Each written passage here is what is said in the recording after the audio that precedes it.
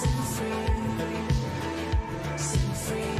Hurry along, we're going now. Why did you have to pull me down with you? Starry-eyed killer, you take me for a clown. Why did I have to fall for you so easily?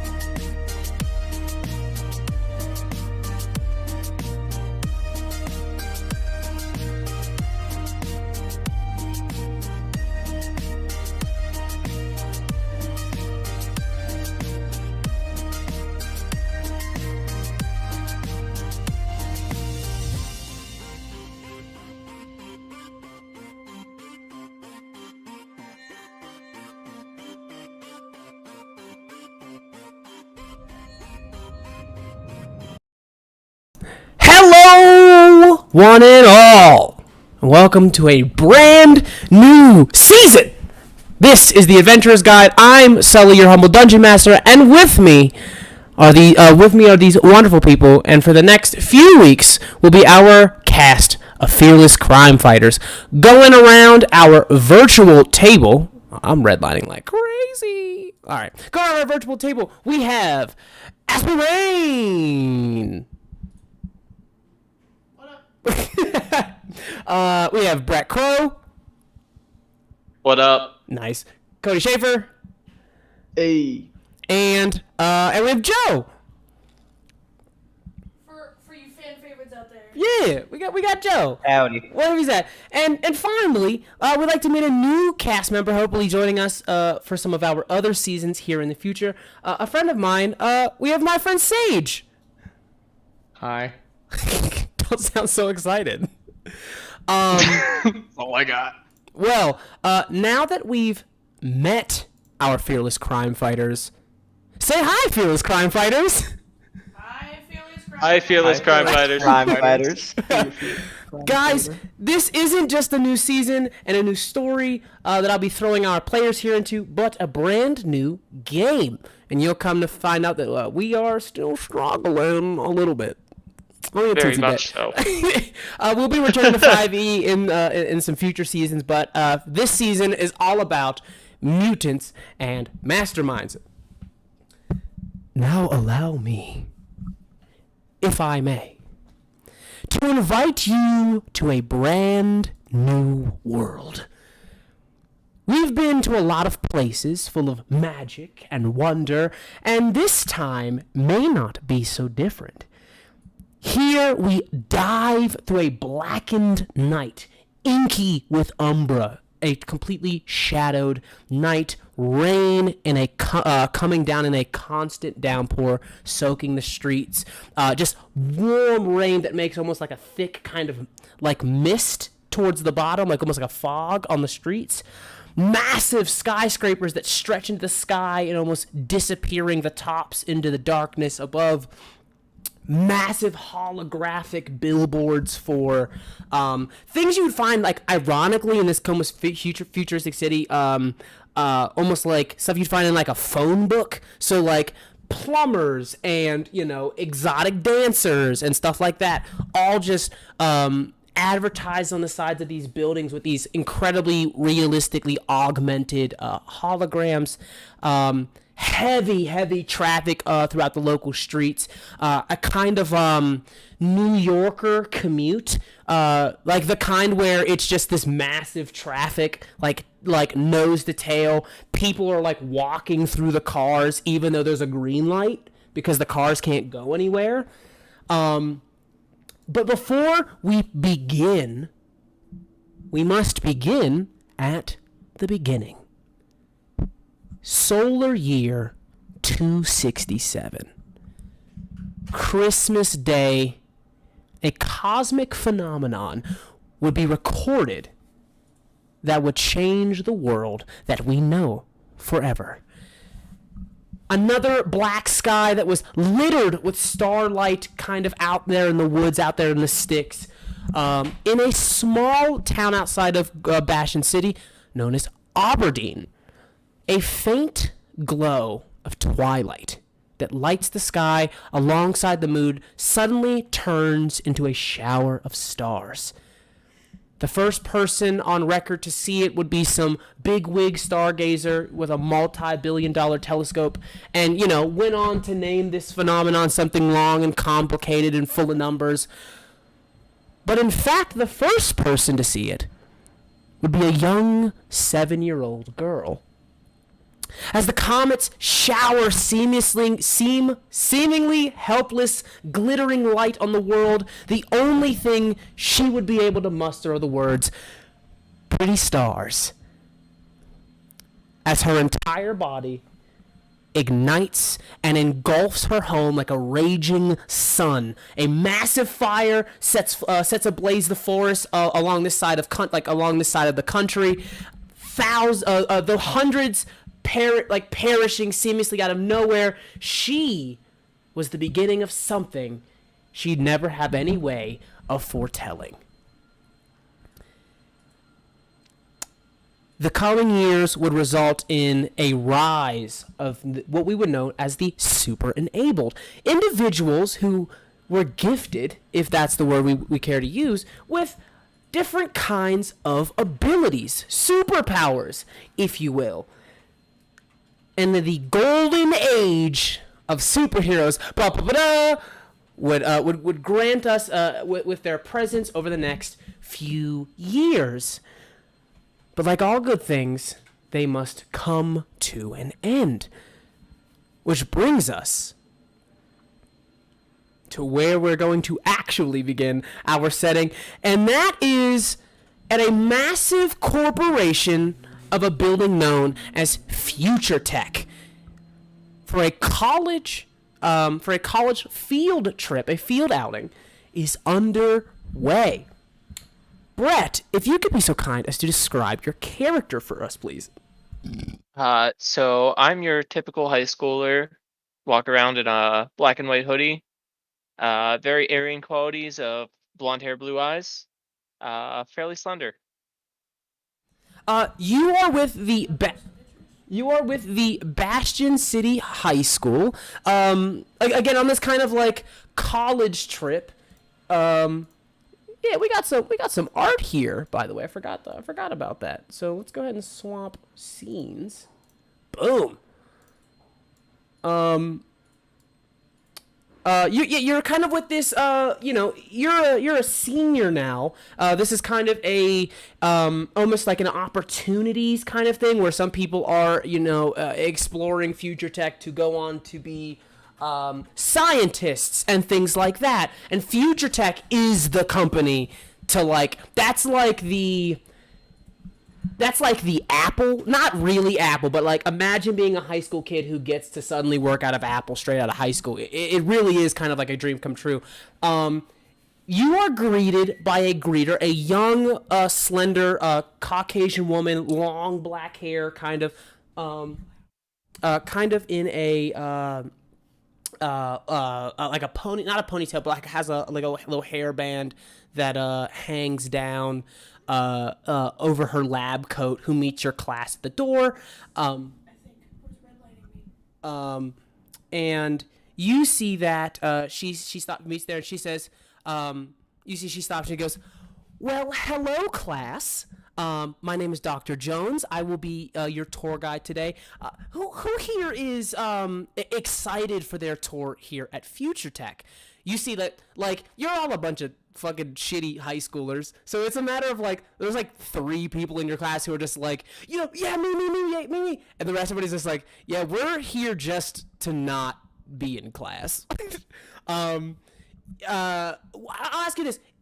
Are you one of... Oh, real quick. What is your character's name? My character's name is Tristan Kirk. Tristan. Okay. Is Tristan the kind of guy who at that kind of would be hand raised and excited when somebody asked you that, or are you one of the quiet ones?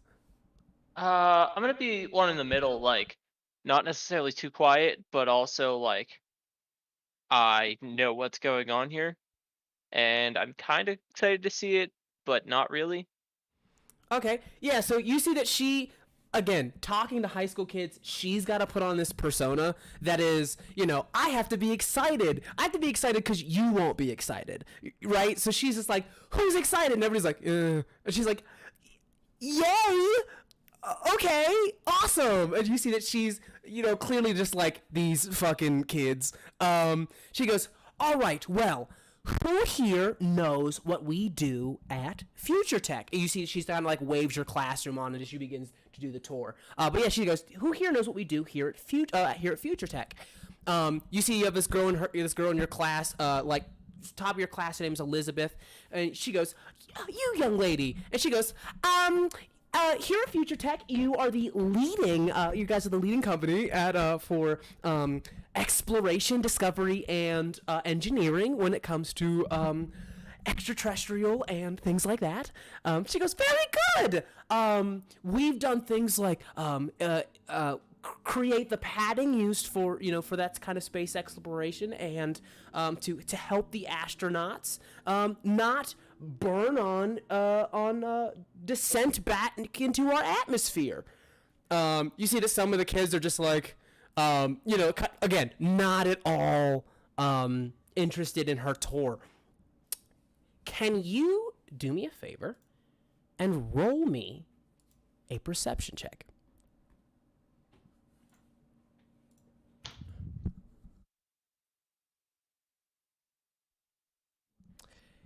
You managed to get to the upper floor. Again, going on this boring ass tour, you see deep behind one of the like personnel only doors, or at least I should say, the reason you can see behind the personnel only door is because the door was left open.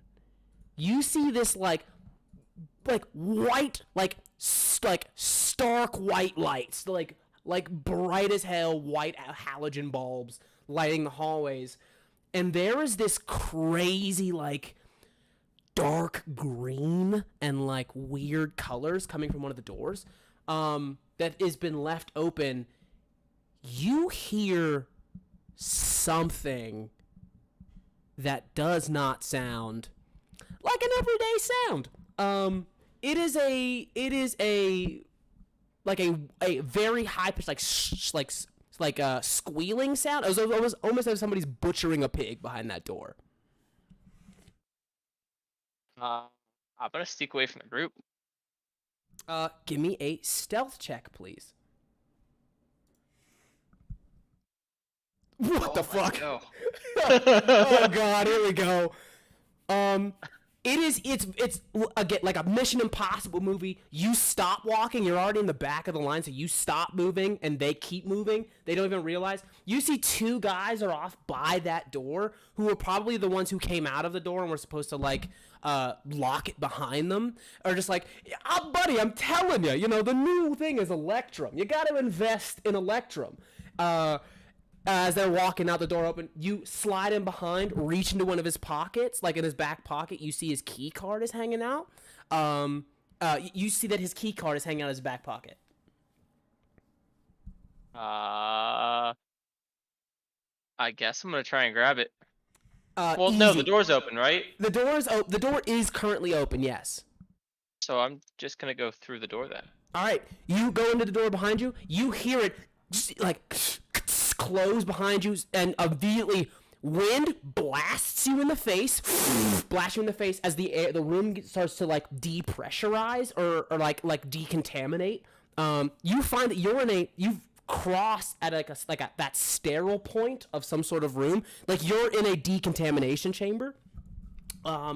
It completely cleans you off with this, like you feel like almost like sticky as like when you finish off.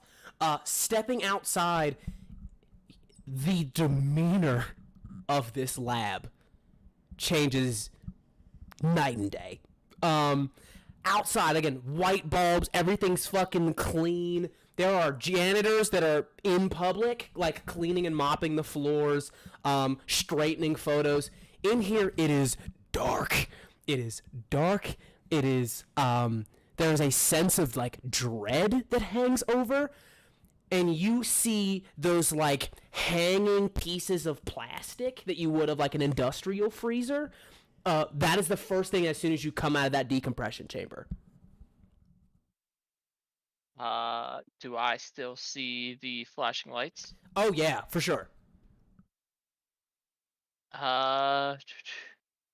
What else is in the room other than the hanging plastic?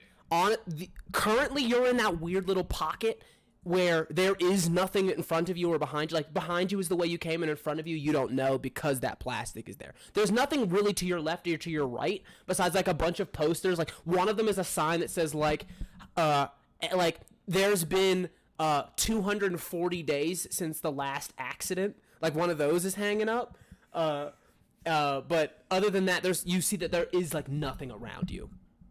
I'm gonna go straight and try and move the plastic. You move, and so first off, you can see what the source of the light is. And that is that you are immediately met with, like, you open the door, you got a natural 20 stealth, so you're obviously taking your time. There are 3, like, full-on CDC, like outfit, like, scientists who are at a terminal, and they are hitting something with looks to be like this almost like cattle prod drill kind of thing. Like they're shocking something in this giant glass box. And you see whatever is being shocked is reacting to it, just like jumping around the box and hitting it. And you see one of them's like, yeah, the pressure is rising. It looks like it's reacting to 240 volts. Let's go ahead and rise it to 250 volts. And you see he's like, all right, rising to 250. You're like, click, click, click, click, click, click. As they raise the volts and start to shock it again. But that's not the thing. Real quick, that's not the thing that catches your eye, I would say. You know, obviously that's the big thing that's moving, and that's where all the action is. But it's the things on the walls that catch your attention the most.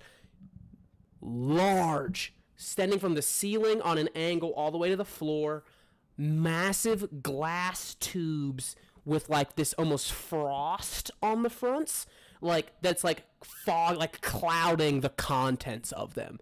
There's about 12 of them, so 6 on each side, lining the walls on each side.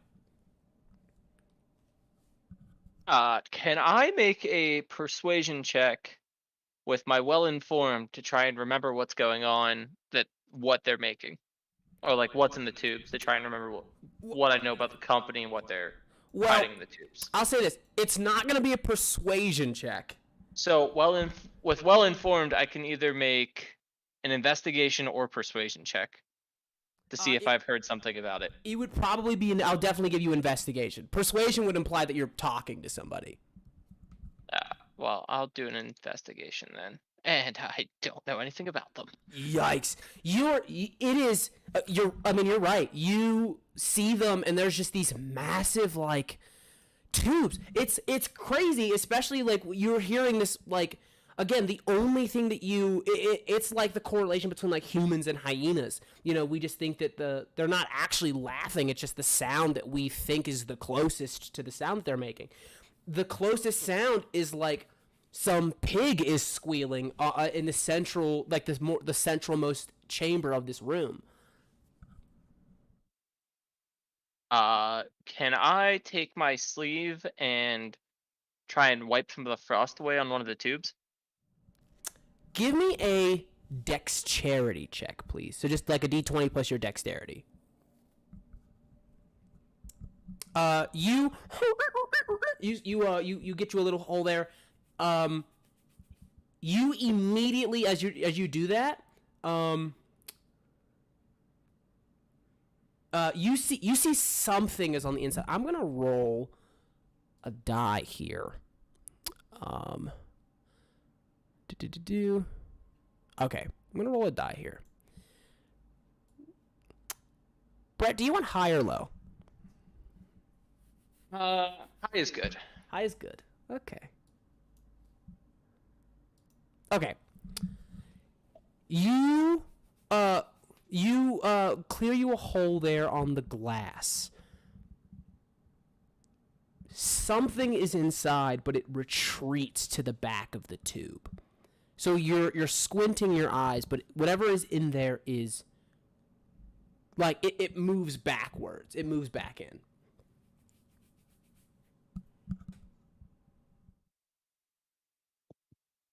I'm just gonna wave at it. You bam! It jumps forward, hits the glass.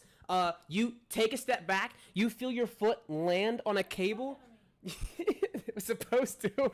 Your foot hits a cable, and you hear like a as all of the lights start to power down. The backups come on as it goes from like a dark room to like a weird red hue to the room, and all of a sudden you just hear like some alarm trips. You see the one by one a bunch of the cables from the tops of them start to disconnect and fall to the floor. You see that the sparks from that weird drill in the center stops going off. Your natural 20 stealth has fully ran out. As you see that all of the scientists in the room immediately are just like, what the fuck? What's going on? They start moving around.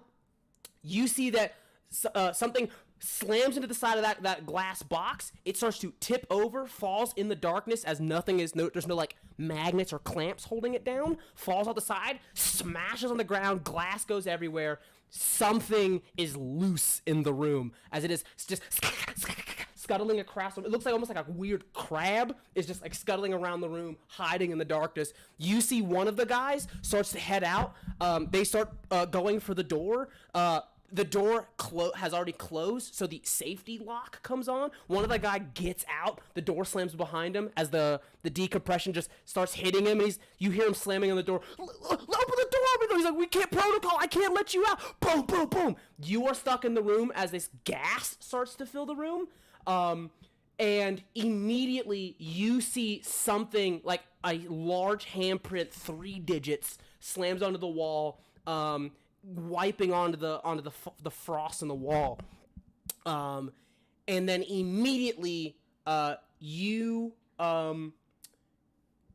feel something with the equivalent of being honestly pinched by a crab, but if like 4 crabs pinched you, snaps on to your wrist. It is too dark for you to see. You drop your sleeve over top of it. You start to head out as one of the scientists in the door pushes another one aside, begins to hit onto the keypad. The door unlocks. The guy falls out. I need you to roll me another stealth check, please.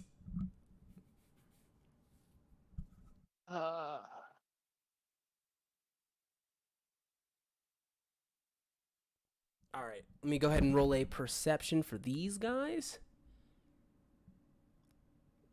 Wow. I'm not gonna lie to you, Tristan.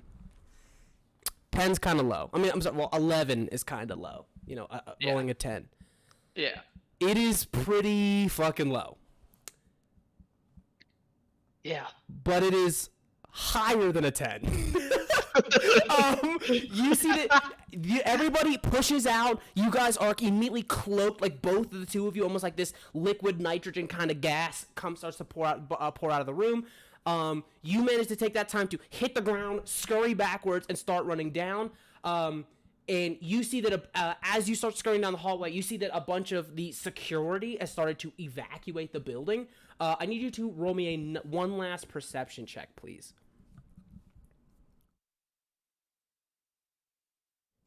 Jeez, a +9. What the fuck? You start to head down, following the guys. You see one of the security is like, you come on, let's go, and it's starting to usher you to join up with the rest of the civilians, because again, there is a tour going on, but there are also regular civilians, almost like it's a museum, are being ushered out of the building, shoved out of the building, and you get a glimpse of something, not visually. It's weird. It's the minute you're about to leave the building, a voice yells, "Help me!" You hear it almost on the wind of your mind. Just help me! Boom! Door slams behind you. Security stands in front. You guys are ushered off. And we skip to about 30 minutes to an hour later, where a bunch of parents have begun to show up and pick up their kids from the from the building. You find yourself in your bedroom, and that's where we're gonna leave you for now. We move over to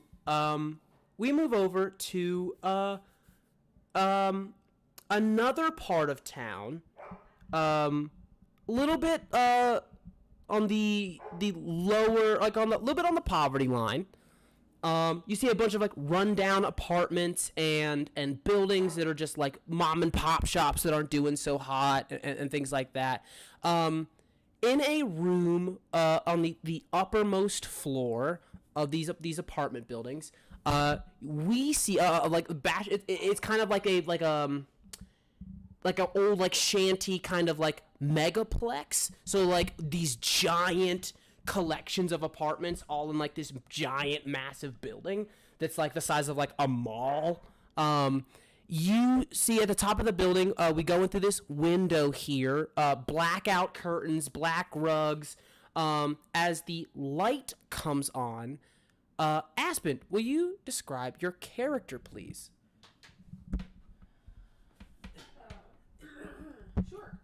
Just double checking. Can everyone hear me okay? Yeah. Cool beans.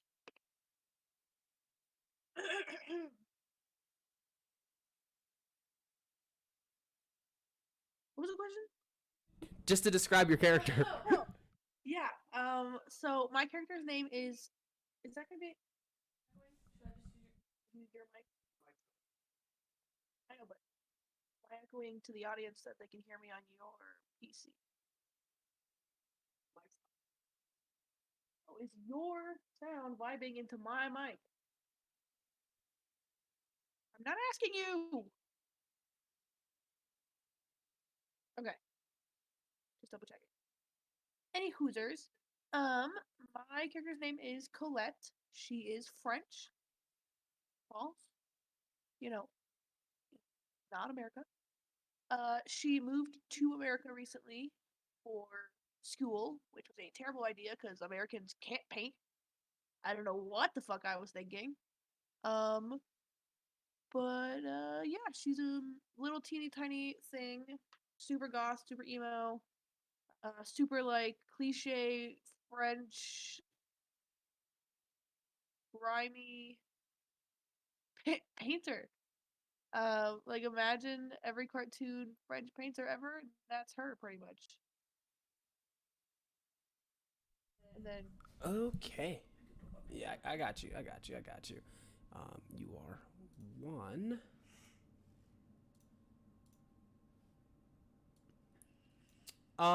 You have come back from a long day. It is the night. It is about 8 p.m. Relatively like long day at work, but short business day at Cafe La Pie. If I recall, that's your restaurant, your little bistro, and not super busy. It's kind of like business dies off towards the end because not a lot of people want coffee at 6 p.m. The lights come on. You see that your apartment is kind of messy the way you left it. You see that there's like easels and things like that are kind of around still, like half done paintings of like the different galaxies and different solar systems, stuff like that, scattered around the room. You pick up the remote, turn on the TV, kind of like toss it off to the side for some background noise. In this moment, I'm going to basically give you 3 options. You can turn the channel, stay on the channel, or turn the TV off. All right? do I what's on TV? So the first thing that comes on, you immediately like power button. You hear "No, Scott, I love you," and you hear "Yes, Diana." Heard. The second one is like a talk show, and where you see that it is we're back, and we're here with the man, the myth, the legend himself, the indomitable Dawnstar. Give it up. There's a round of applause. You see he goes, thanks, Jimmy, for having me on. And then puts the remote down and continues to watch. He says, now, Dawnstar, do you mind if I call you Dawnstar? He goes, not at all. I mean, I am Dawnstar after all. What else would you call me? He says, now, Dawnstar, we're all dying to know. You know, you've obviously the hero work didn't work out. So what is it what is it the man, you know, what is it that you're doing now? You know, what can the fans expect, you know, from everybody's, you know, from everybody's favorite superhero of times past here in the modern day? And he goes, "Now, Jimmy, let me stop you there. I mean, the heroes don't just go away because the government said so, you know? I mean, come on. I'm still here. You know, I know a couple of heroes that are out here that's got, you know, crazy cool, like, you know, ideas. But for me, I don't want to brag or anything, but I've got some crazy, I got a movie coming out, and I got to tell you, it's been an absolute pleasure working with the director. You know, I don't want to give too much away, but, you know, hey, and he points to the audience. He goes, "Hey, I want you to be prepared this summer." He goes, "This summer, the one and only Dawnstar in Dawnstar, Dawnstar, the dawn of a star, an origin story." Everybody goes, you see, he goes, wow. I mean, did you come up with that title yourself? He goes, who else would have come up with the title? You just sit there just thinking like, obviously. You see that they continue on for a second, and you see he goes, "Now let's cut to some brass tacks here, Dawnstar. Things have gotten a little dark recently. You know, not including the recent things on the news, but how do you feel about the recent reports of missing supers as of lately?" And he goes, I don't know what you we talk about." And he says, "Well, you know, do you read the news? I mean, you know, there's been the talks of, you know, a bunch of heroes." He goes, "Ursa Magnus missing." He goes, "Solar Flare missing. Dazzler missing. All of these, you know, A-list heroes missing." Were they all wearing capes? No. Damn it. Well, I was like, there's my theory. Dazzler wears a cape.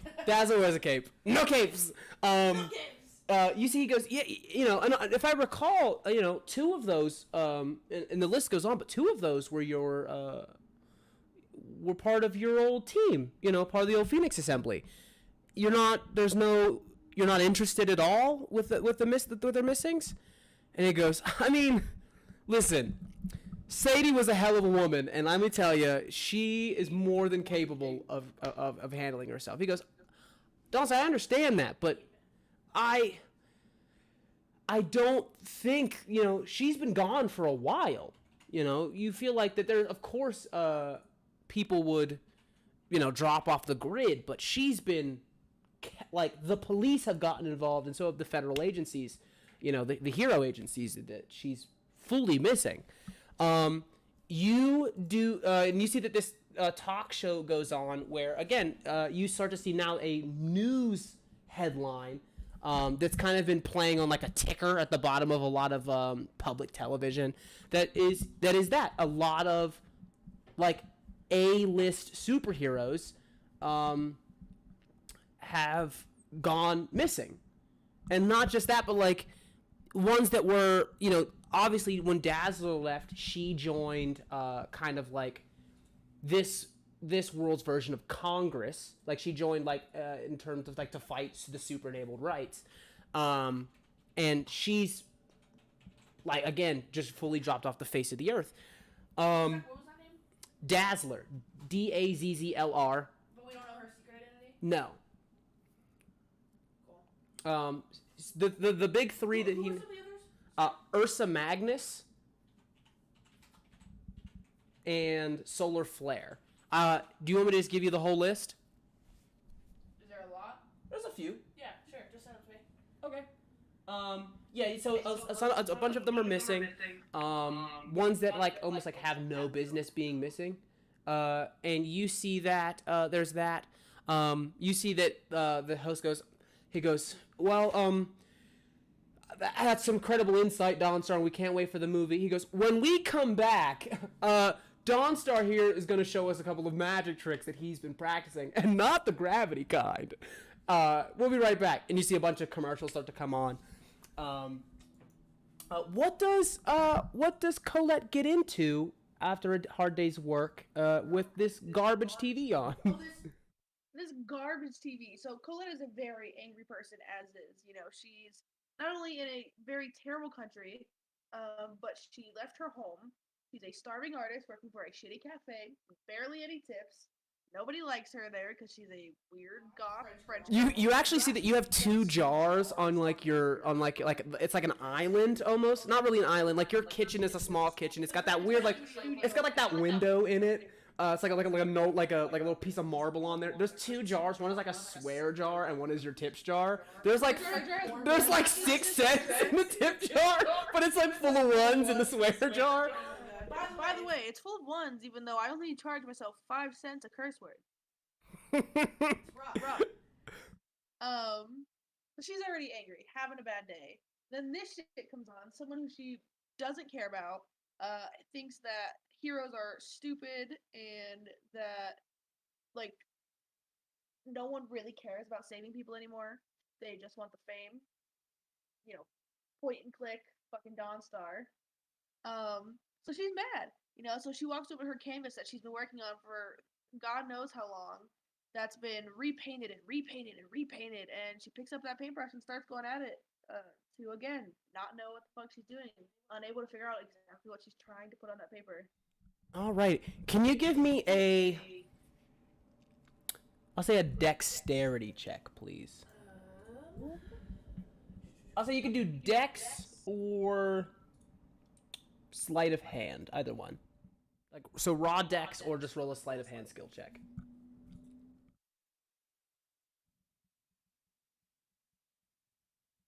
Jesus Christ, what is up with you guys today? You keep picking the skill It is weird. Like, you know those points where artists really, like, it clicks with them on a level it shouldn't, where it's like, you're so mad, and that's what makes the art so, like, it feels so alive, like those kind of things. Really, everything starts to come out on this canvas. I'm going to then ask you to roll me a will save, please.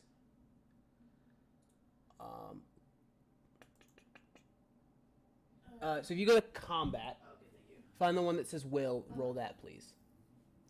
Bro, chill. You, as you paint, again, there's just garbage TV playing in the background. The sound of the city outside is loud, but it's almost serene in a way, where it's calming. The sense of normalcy is calming. Where it feels normal, like the sense of normalcy feels relaxing. It's like you've had a bad day, you're in a place that you hate, but to be able to sit down and just paint is calming. You feel your heart slow, almost like a loud concussive bang of a drum. Steady beats, each one a beautiful stroke, different different vibrant colors that begin to, accentuate and accent one another. The blacks intersecting with the reds and the yellows and the blues, the stars, the different shapes of planets. When your hand, almost as if like almost uncontrolled, you manage to catch yourself in the middle of it, like a record being scratched, where you're being very calm and gentle, and then a record scratches, and you almost like go with that needle, where you almost draw a straight line across the page. As a voice whispers, "Help me," almost on the wind through your mind. You perk up, take a look around your house. Same old studio apartment that you remember. There is no one here. The window is open. There's a breeze coming in, so maybe it was the wind.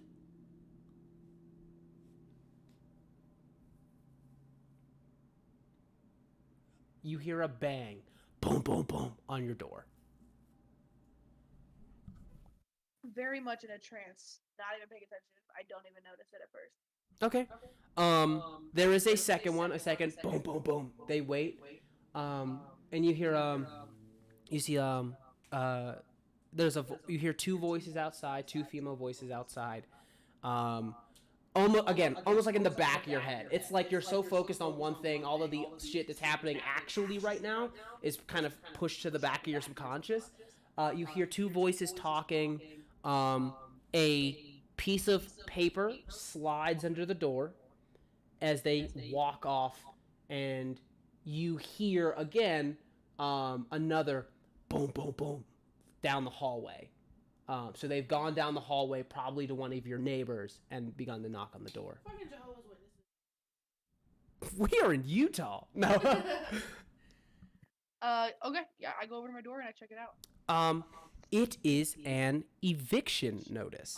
Oh, come on. But it's not one that's like, you failed to pay your rent, thus you're being evicted. You're being evicted. It is an eviction notice because the building, the megaplex, has been purchased by an outside company. Of course it has. So they're giving you literally like a week to get your stuff out of your house, which is no time, obviously.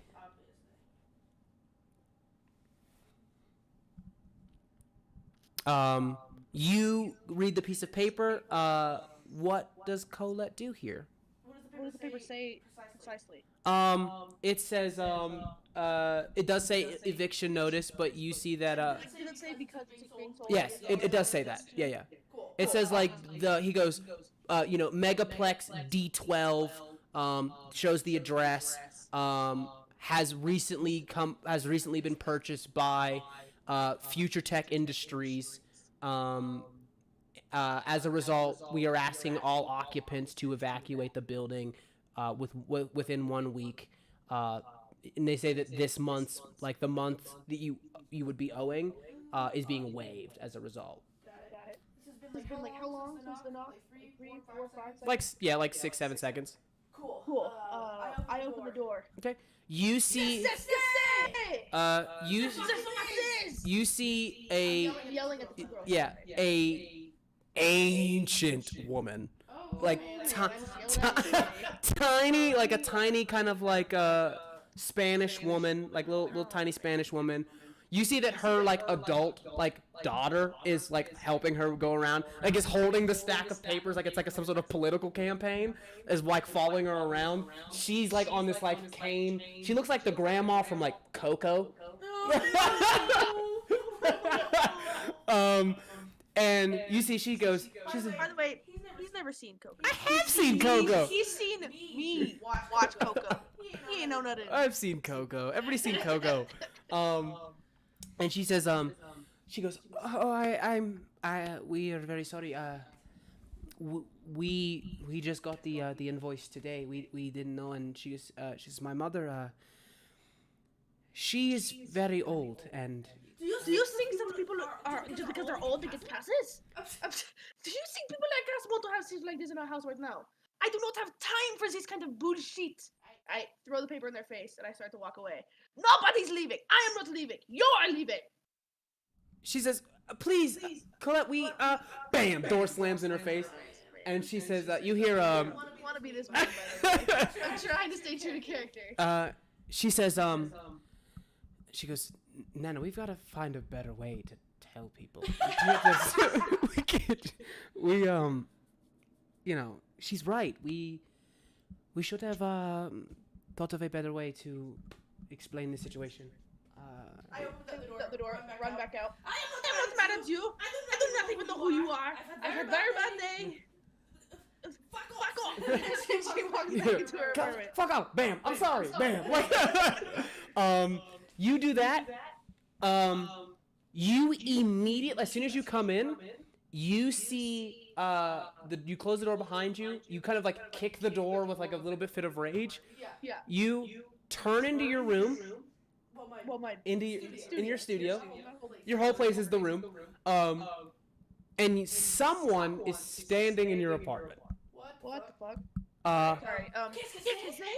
You see someone is walking almost like counterclockwise throughout the whole room, taking a look at each of your paintings. Cool. In my kitchen, I have several kitchen knives. I assume I will be grabbing 2. You see that he picks up one of them, which is this like crazy looking like singularity that's happening, like a black hole that's causing a singularity. And he says,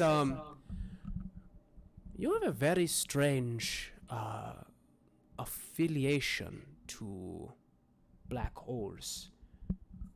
What is your fascination?" Do you think it's normal to be in somebody's house with no invitation? Who the fuck are you? I'm like waving the knife around like, you just come in here talking to me like I am some friend. I don't know who you are. You're correct. But now is not the time for. Now is going to have to be the time. You see that he is holding one of the eviction notice papers, and he says, "Where do you plan to go after a week?" I don't. I said back to France, I suppose. I mean, what? Have no other option. He says, "That is too bad. Passion City could use an artist like yourself. No more stuff. Do not even know what I am doing. He says, your technique is magnificent. I am getting off track. Your building has been purchased by a Blood-sucking vampires? for lack of a better word. But an associate of mine, a very wealthy one, is looking to provide motivation for those that would be willing to offer their services. Listen, sir. Is this some kind of porn opportunity? I do not want it. No, She'll just no. start pushing him out of her. He goes, no. Can you give me a perception? I'll give you perception or investigation. Either one.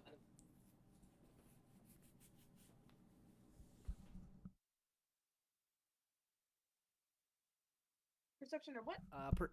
Perception or investigation. They're both the same. Oh no, they're not. Oh yeah, they are.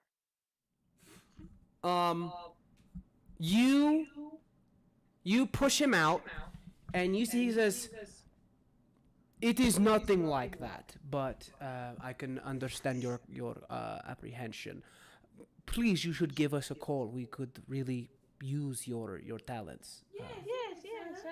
Uh-huh. And you see that he like has slid a business card under the door. I need to start putting a towel. I'm tired of this. And you see you hear about 3 steps and then no more steps. Which should be alarming because your stairs are not 3 steps from your room. Right. I open the door, peek out. No one in the hallway. And I close the door. Okay.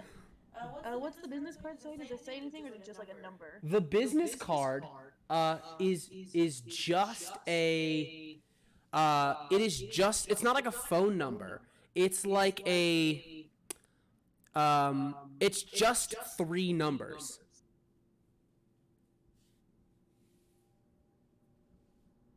Oh, do you want to know what the 3 numbers are? Yeah. It is 5, 3, and 2.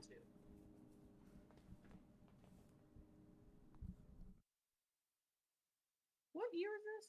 267. Well, I'm sorry, not 267. It'd be 277. Okay. Can I Google stuff? Yeah. You can literally see that like your TV itself isn't like a box with a picture on it. It's like a dome. It's like a little like dome box that projects the television screen out like almost like a holographic image. It's like high tech shit. You can 100% like go over to like your little like desktop over into the corner and like Google something. You think I have a desktop? pull out my phone. You what? Your phone? What? Google Google Maps. This bitch. Bitch. 537? 532. Yeah. Oh, you're right. 532. You see that on the maps, 532 is like too vague of a search term, so it's just a bunch of stuff. Can you give me a investigation, please? No. I'll say you can give me investigation or technology.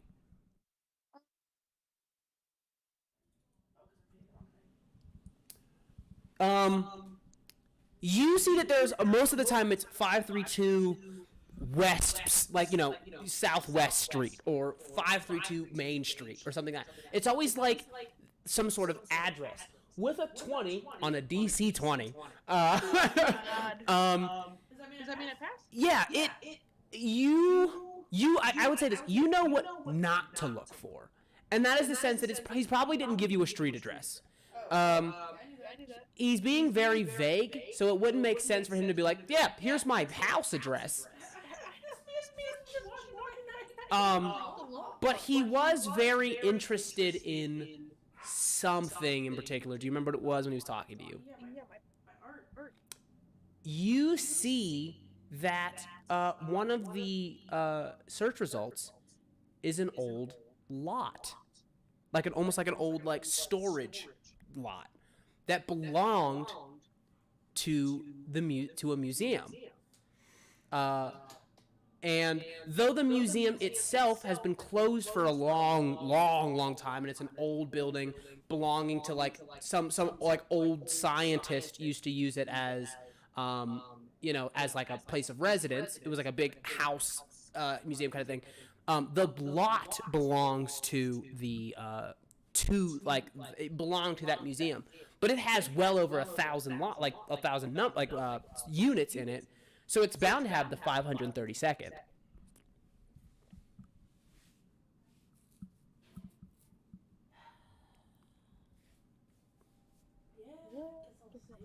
My Google Maps. All right. Like, what time is it right now? It's almost 7 p.m. I ain't got nothing better to do. I grab my jacket. I'm sorry. It's almost 9 p.m. Sorry. I ain't got nothing better to do. All right, you head out into the night, and as you walk through the dark streets of Bastion City, we cut over to some creatures, to some of our other creatures who lurk in the night. Colette, you head down the street. A police car whizzes past down the street towards something. You hear very briefly there's a 626 in progress, woo, as it speeds down the road. And you see you see that we cut to I'm just going to start by saying this. Cody, can you give me a stealth check, please? Sure.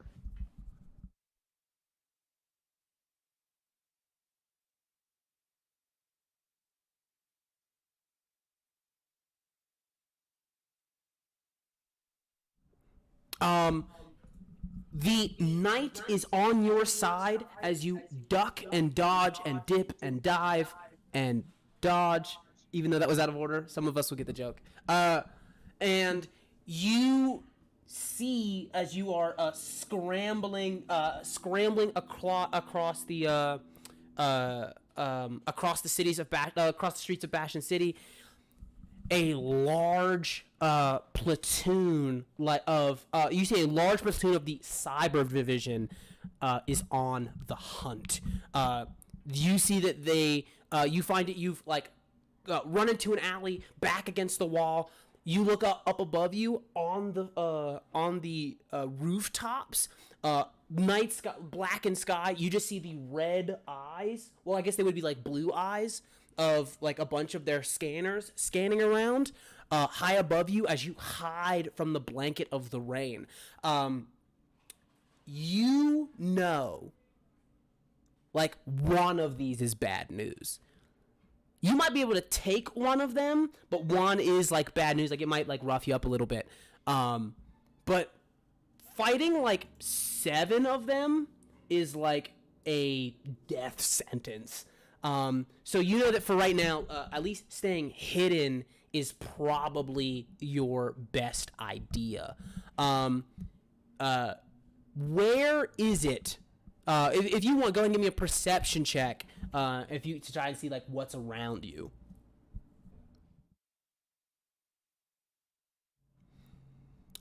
You see that you see that like first off, a bunch of police cars are speeding up and down the road.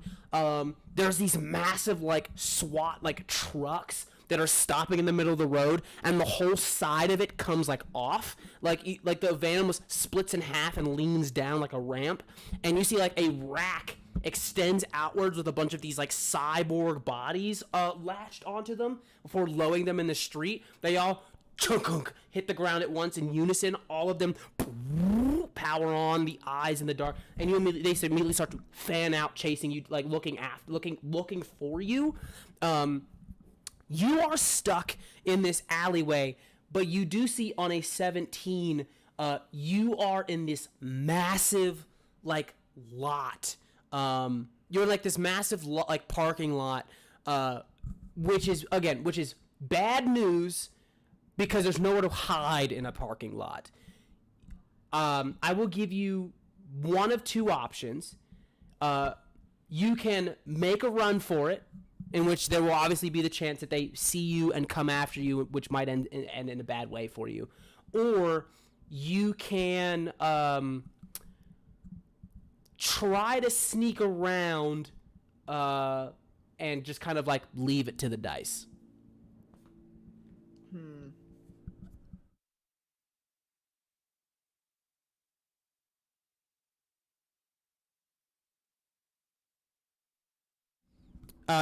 If you're saying something, I can't hear you. I'm thinking. Okay. Hear me now? Yeah, I can hear you now. I'll try sneaking. All right. Go ahead and give me a stealth check, please. All right. For all the marbles, 17. All right. You see that you hop over the fence. You begin to creep into the parking lot. You see a bunch of them marching down the street. They don't seem to see you. And you look like you're home free. And just as you think that, your foot crushes a glass bottle. And you see all of them in unison look towards you. And they just squat and just straight like a high jump over the fences, up, boom, straight down, as they begin to give you chase. Give you chase. It is you, and it looks like there's only about 3 of them. So you got a couple of options in terms of how you want to handle this. Again, you can make a run for it, or you can like stand your ground, or you can leave it up to a little bit of a mystery here. Can I use my power to shapeshift into a hawk? Oh shit! Yeah, I forgot you could turn into birds. I was like, he's got like a wolf, 2 sharks. He should be fine. Oh, he's got a hawk. The hawk is the only bird I have, but I have a hawk. Abso-fucking-lutely. You immediately like what does it look like as Alpha turns into a bird? Well, he kind of breaks apart into a bunch of little pieces. Think of like a swarm of little like robot bees, and then all of a sudden reassembles into whatever he's turning into. A whole bunch of fucking, what would you say, nanobites? Yeah, like nanobites. As you turn into this, like, when you shapeshift, do you take on like all the features, or are you like a hawk verbatim, or do you just like look like a chrome version of a hawk? I would like to think that I look like a hawk verbatim, but I don't know. Well, it's up to you. I'm asking you, like, what does it look like? Like a hawk.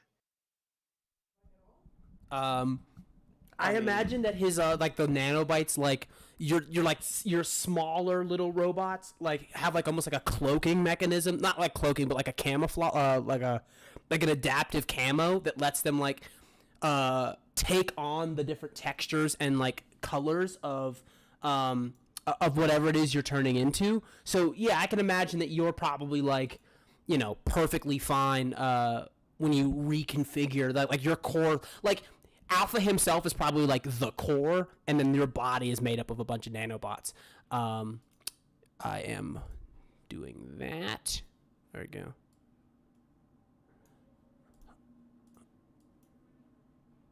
So you turn into a hawk, you start to fly away. One of them is going to roll an attack on you. You see one of them's like hand, like they place their palm towards you. The palm like folds down, and the wrist like it slides like almost like on like a weird disc system. Like it slides down, revealing this like large like pipe in its wrist. And you see that it's like at the forearm and the bicep, it starts to separate, forming these giant like cells and things. And you see that it starts to charge this massive cannon. What is your dodge, sir? Oh, you know, hold up a second. It's in really fine print because I'm reading the Hawk's abilities. I guess it goes off of my defenses. Oh no, dodge 7. All right, so 17. All right, here we go. You a massive beam launches outwards. You fold the wings in, fall out of the sky as you immediately like it whizzes past you, skins some of the feathers off the top of it. Like you immediately feel like, to like the normal person, it just looks like some of the feathers were like singed off, but you feel a bunch of like nanobots die on that like that little channel it carves onto your back. As you drop down a couple feet, wings spread back open, and you start to fly forward again. You begin to flap your wings as hard as you can, coming back down. But these things are very fast. They very fast. You begin to fly. As you do that, can you make me a what do I want to ask you for here? Can you make me a dexterity check, please?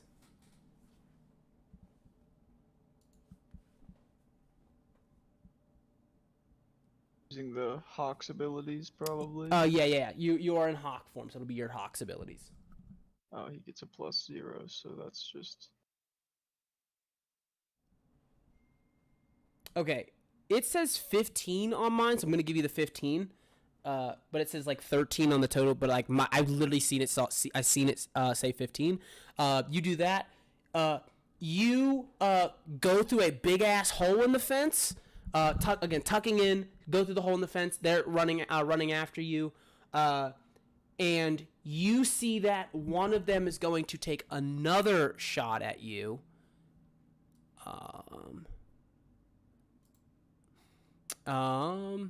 Oh, wait, it doesn't have to roll. It's an AoE.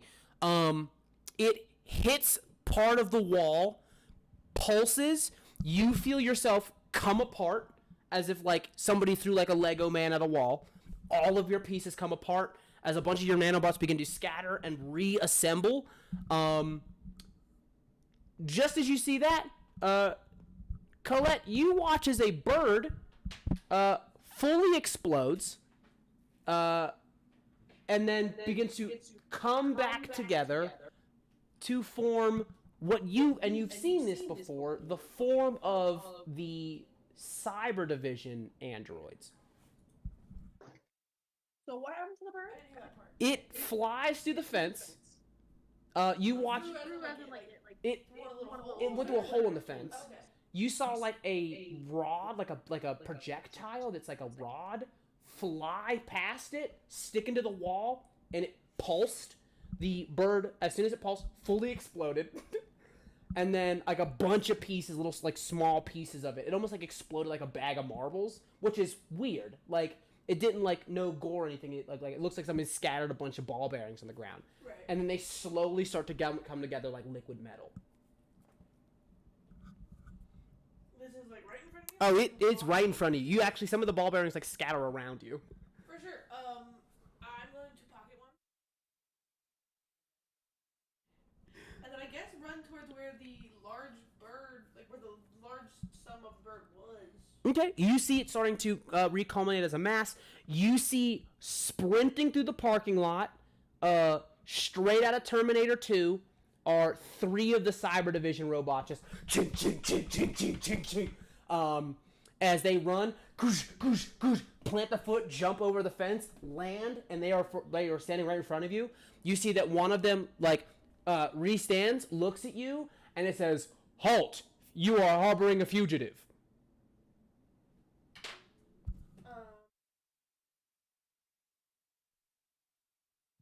I'm not sure if it specifies, but am I able to use my abilities on robots? I mean, Yeah, I don't see why not. It doesn't. It just says on an afflicted target. Sorry, I'm trying to figure out how this. Oh, okay, hold on.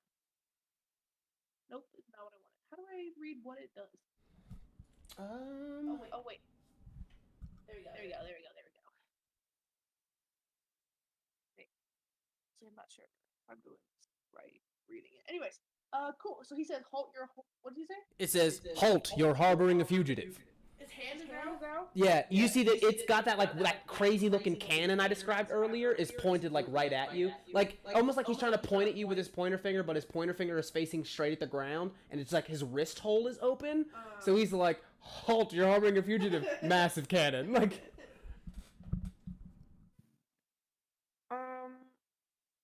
Hovering. The English. You see, he goes. Do I need ropes? You see, you see that it goes. You see its eyes go black, come back as white, No, I forgot he's a and robot. you see it just goes. Translation. Oh no! He says, "Qui?" robot. He says, "Qui tu possession sur la fugitive?" No hablo.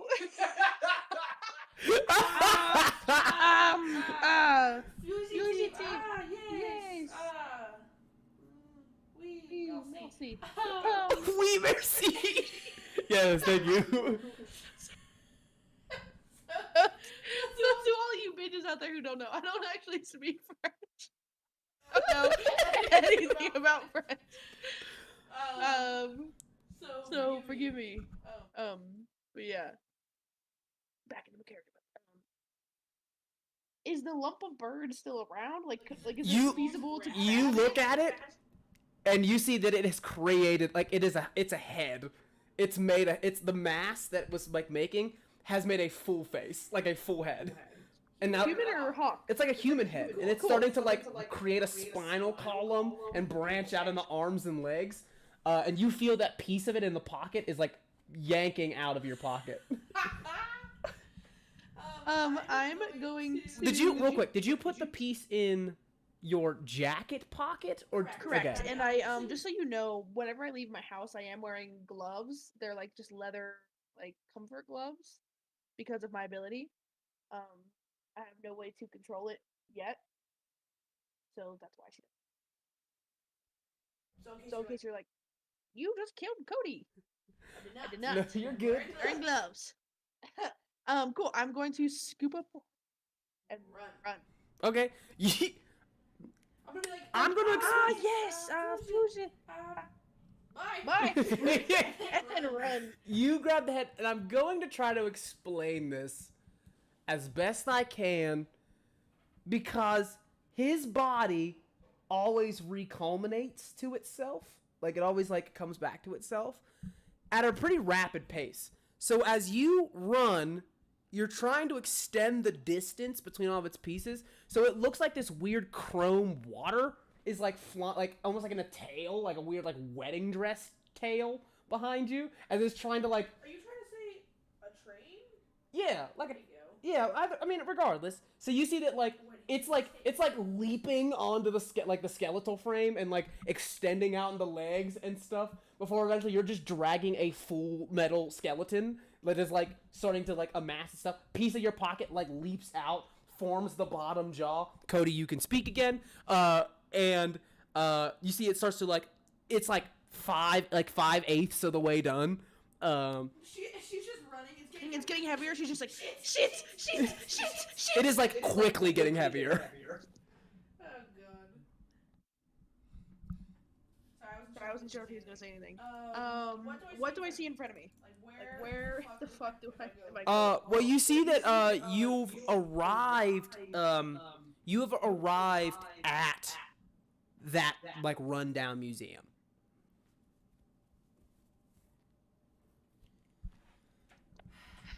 Are any of the doors open? They're boarded up, so no. But like, you know, it's just boards, and the windows are still there. Like the windows like have like some boards on them, but it's mostly like broken glass.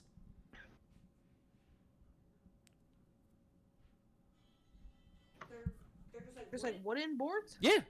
It's a building that's been closed for forever. Can I throw this skeleton at it? How heavy would you say it is? Cody, how much you weigh? 300. Wait, how am I still running? I dropped this. Yeah, bitch ages it gets to a ago. point where you're just like, very quick sprint, and then you're like, light sprint, brisk jog, like trotting, and now you're dragging it. like struggling. Yeah. How close are the robots behind me? They're trailing you. Literally, as soon as you started running, and they start like they almost like didn't react fast enough, so they're very close behind you, especially now. I'm going to drop the body, run towards them, take off my glove, do a baseball slide, grab one, adapt its cannon feature, and then blow the fuck out of this door. Oh my fucking god. Okay.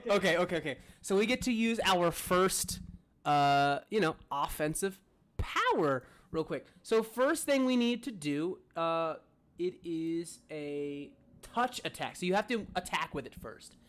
So you are going to roll a, I think it's what, +8?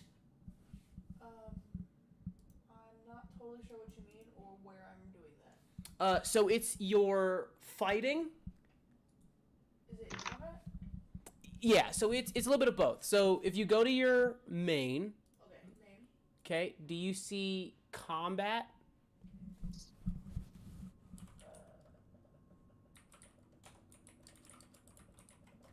On my main? Yeah, on your main, you should see a like your fighting stat. Yeah. Okay, what is the attack? +3? Okay, and then you have a +2 for your close. Oh, actually, I think what is it? Is it +2 or +4 for close attack? Close attacks are +2. +2. So that's 5. And then, how many ranks do you have in Black Hole? 12. Oh, yeah. You know what you're looking for. Get myself confused a little bit. So go ahead and roll me a d20. Okay. Just on the board? Yep. And then you're adding a... Jesus Christ. So you're adding what, we said a 5? Yeah. Okay. So 24.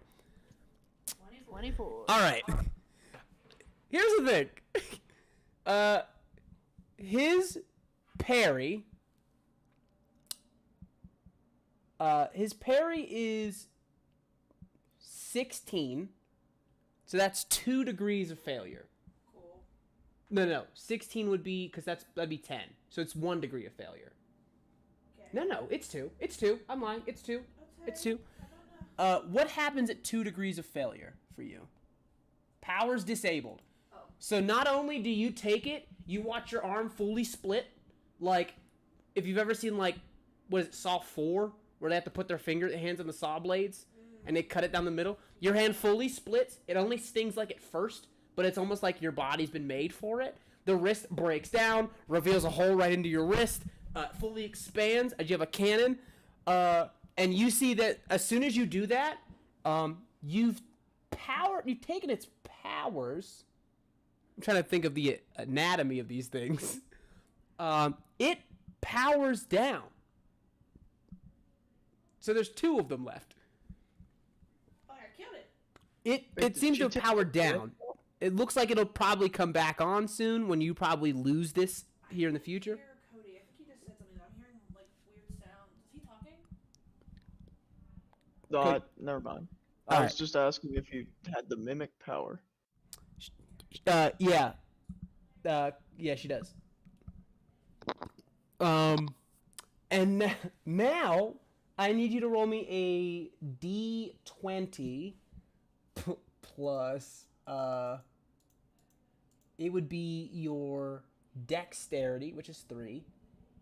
And I don't think you have anything else. Oh, you have 40 points for this thing. So you have an additional 9. It's cool. Sick. So what am I doing? Rolling a what and a what? D20 plus 12.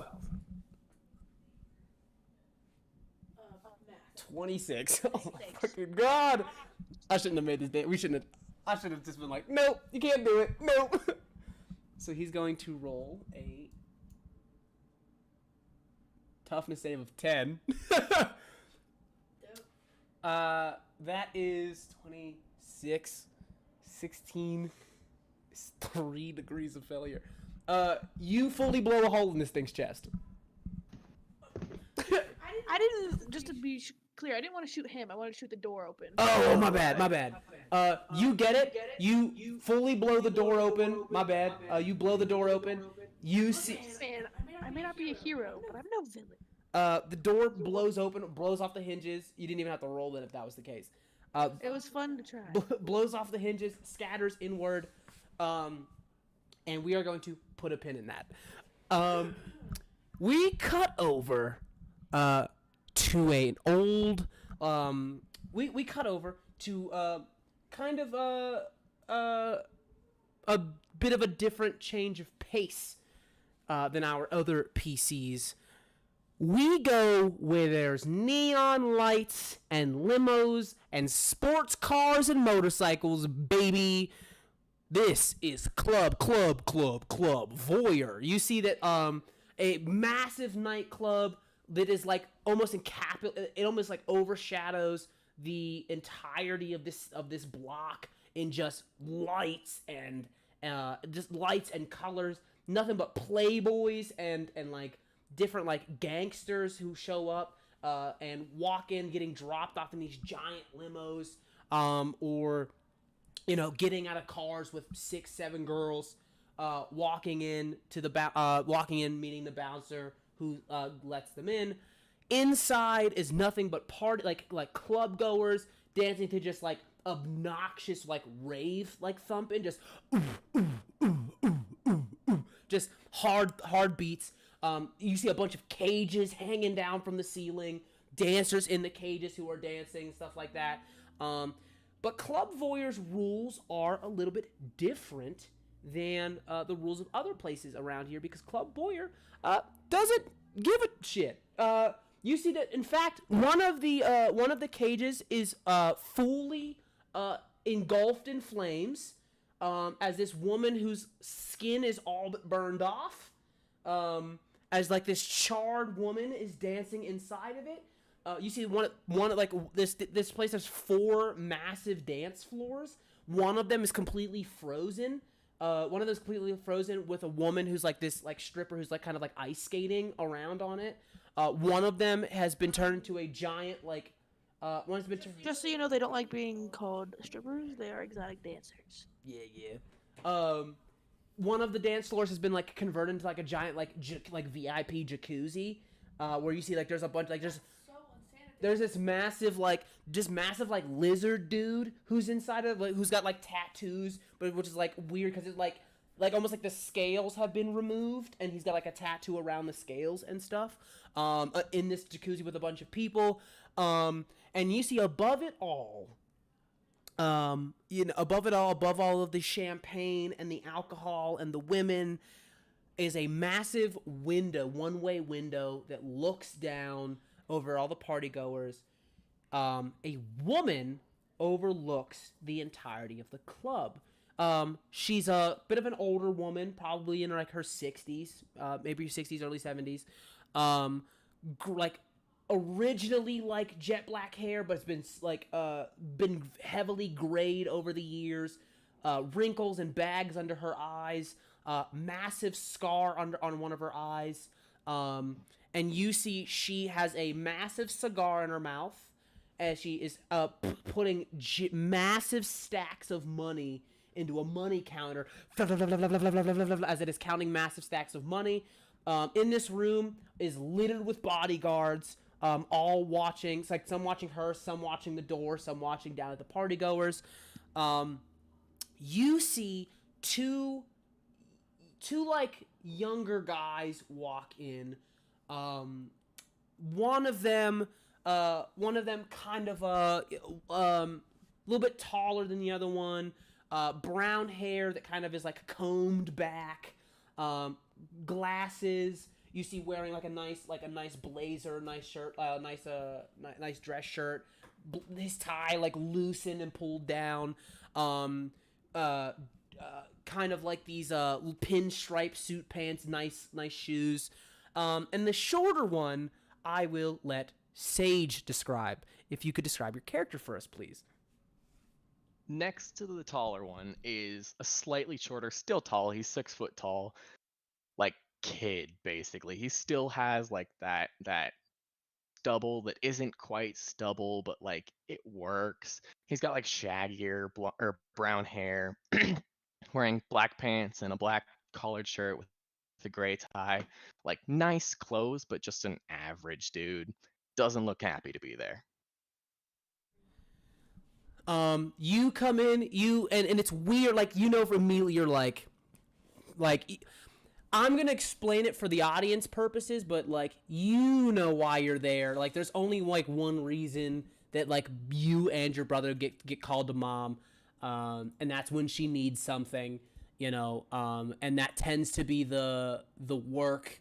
That tends to be, like, the work that's not really your thing. Like that's the only reason she's never been a family person. So with the fact that you're in this room right now, you immediately, you know, like you already know what she's gonna ask, and you see that she says,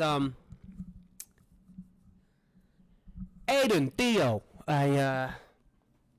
how my boys doing? You guys all right? You see Aiden kind of like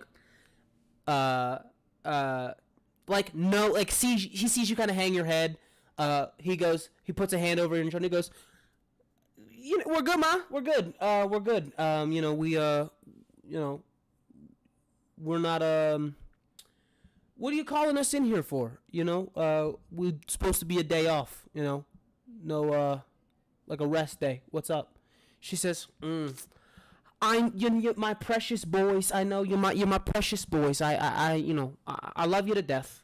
But you know, mom needs a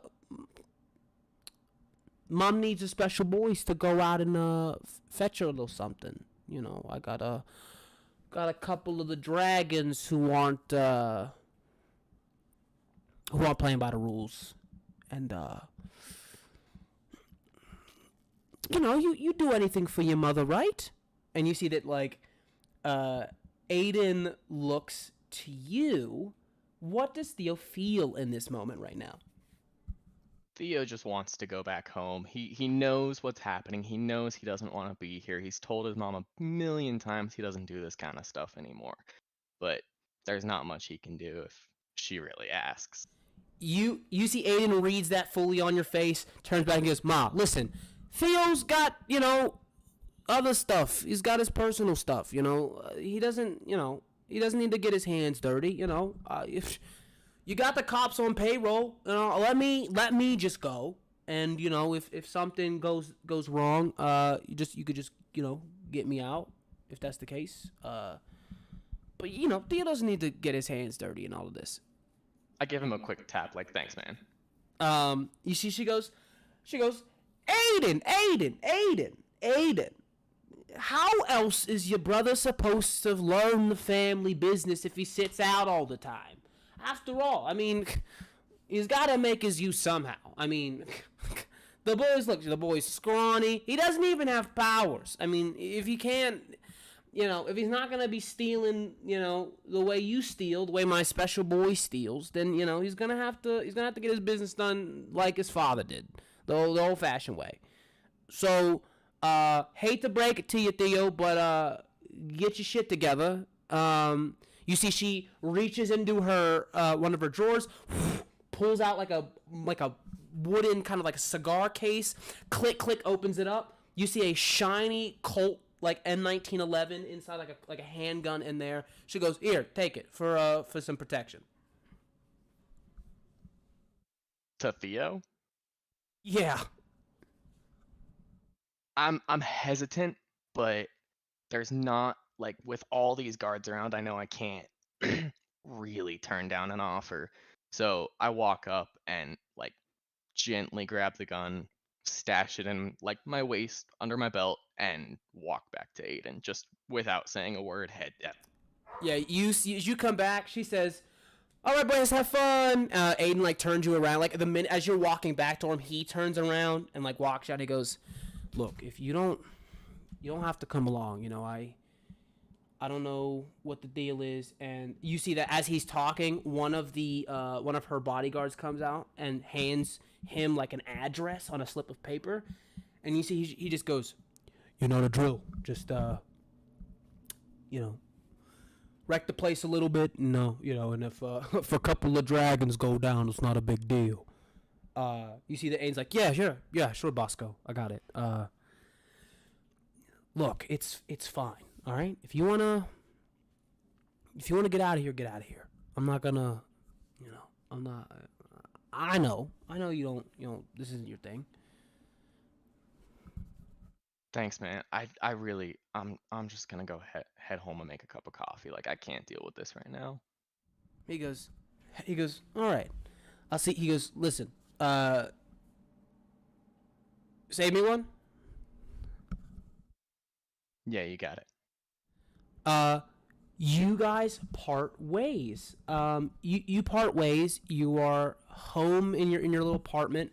A little bit of a nicer place. Not really that you, of your own volition. I feel like Theo wouldn't, not necessarily not splurge, but it's like the money where you get the money from is kind of not, kind of against his principles. But it's like, oh,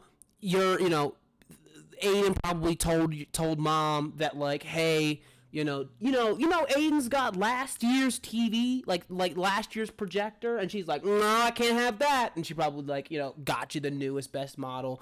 So it's like really not your doing. And you're home. It's about an hour later. Getting to like that 9 o'clock, 9:30 mark. You're sitting down watching, just kind of relaxing, and you hear a sudden just somebody like smacking your door, trying to Theo, open the door. I jump up and sprint over and pull it open as fast as I can. You pull open the door. It is one of the couriers. It's one of mom's couriers. Just like a smaller dude whose name's Flack. Like a scrawny dude. His whole thing is that, like, he's kind of like a weasel. He's not like physically a weasel, but he's like small and scrawny, and he pretty much is like acts as an informant, and stuff like that. And you see he comes in, he goes,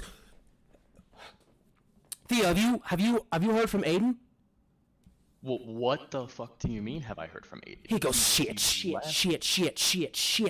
I knew it was bad, man. He goes, "Listen." Flack, sit the fuck down and tell me what's going on. You see he sits down, and he's, can you give me a perception or investigation check, please? Yeah.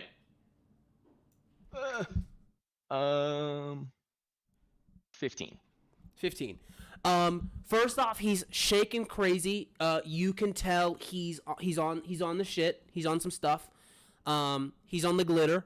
And But like you can, even though he's tweaking, it means that whatever he's worried about is being like crazy amplified, which doesn't mean that necessarily what's happening is not bad. Just means that like he's tweaking. And you see that he goes, listen, man, listen. I got my ears to the ground. When somebody says something, Weasel hears it. When somebody says it, Black hears it. All right? And he goes, and I'm telling you, man, BCPD is on the roads right now. He goes, and you think this is a fucking coincidence? I think not. Not a fucking coincidence. Not the same day Mom sends Aiden to rough up a couple of dragons. He goes, now I know the dragons are the fucking pushovers, but I mean, a gun's a gun, man. While all this is happening, Theo's been getting a glass of water for him, and he sets it in front of him, and he's like, do you know where Aiden is? Do you know where Mom sent her? Or sent him? He goes, man, I knew it was a bad idea, man. He goes, It was a bad idea. He goes, the museum, man. He goes, the old fucking, the gallery, man. He goes, ever since the dragons moved in, he goes, you know, it was just a place for them to move their shit in and out, man. He goes, they were just supposed to use this as a storeroom, man. I mean, they're not supposed to be. They're never supposed to be there. He goes, but the sources, man. He goes, I got my ear on the radios, and the chatter says BCPD is ready to kick the fucking door down. I'm talking Cyber Division. I'm talking SWAT team. I'm talking supers on payroll, man. And Aiden's in the middle of it, man. He goes, there's no way he goes, I mean, I'm telling you, even if it's like a couple of cybers, dude, they're gonna fucking hit him with water or something, and his sand shit's not gonna work, man. Do you have an address? Where the fuck is this? He goes, yeah, I can get you an address. You're not stupid. You're not gonna go, are you, man? That's suicide. He goes, you don't have any fucking sand powers, dude. There's no way you walk out of that door. He goes, there's already, chatter says there's already gunshots, dude. Shoot me an address. And Theo walks out of the apartment and goes down to the parking garage. You see, he goes, you're walking out, and he goes, you're fucking crazy, you know that? You're fucking crazy! And you see immediately, he like, looks back, he goes, ooh, Jimmy's on, and goes back in and, like, sits down and starts, like, watching the TV.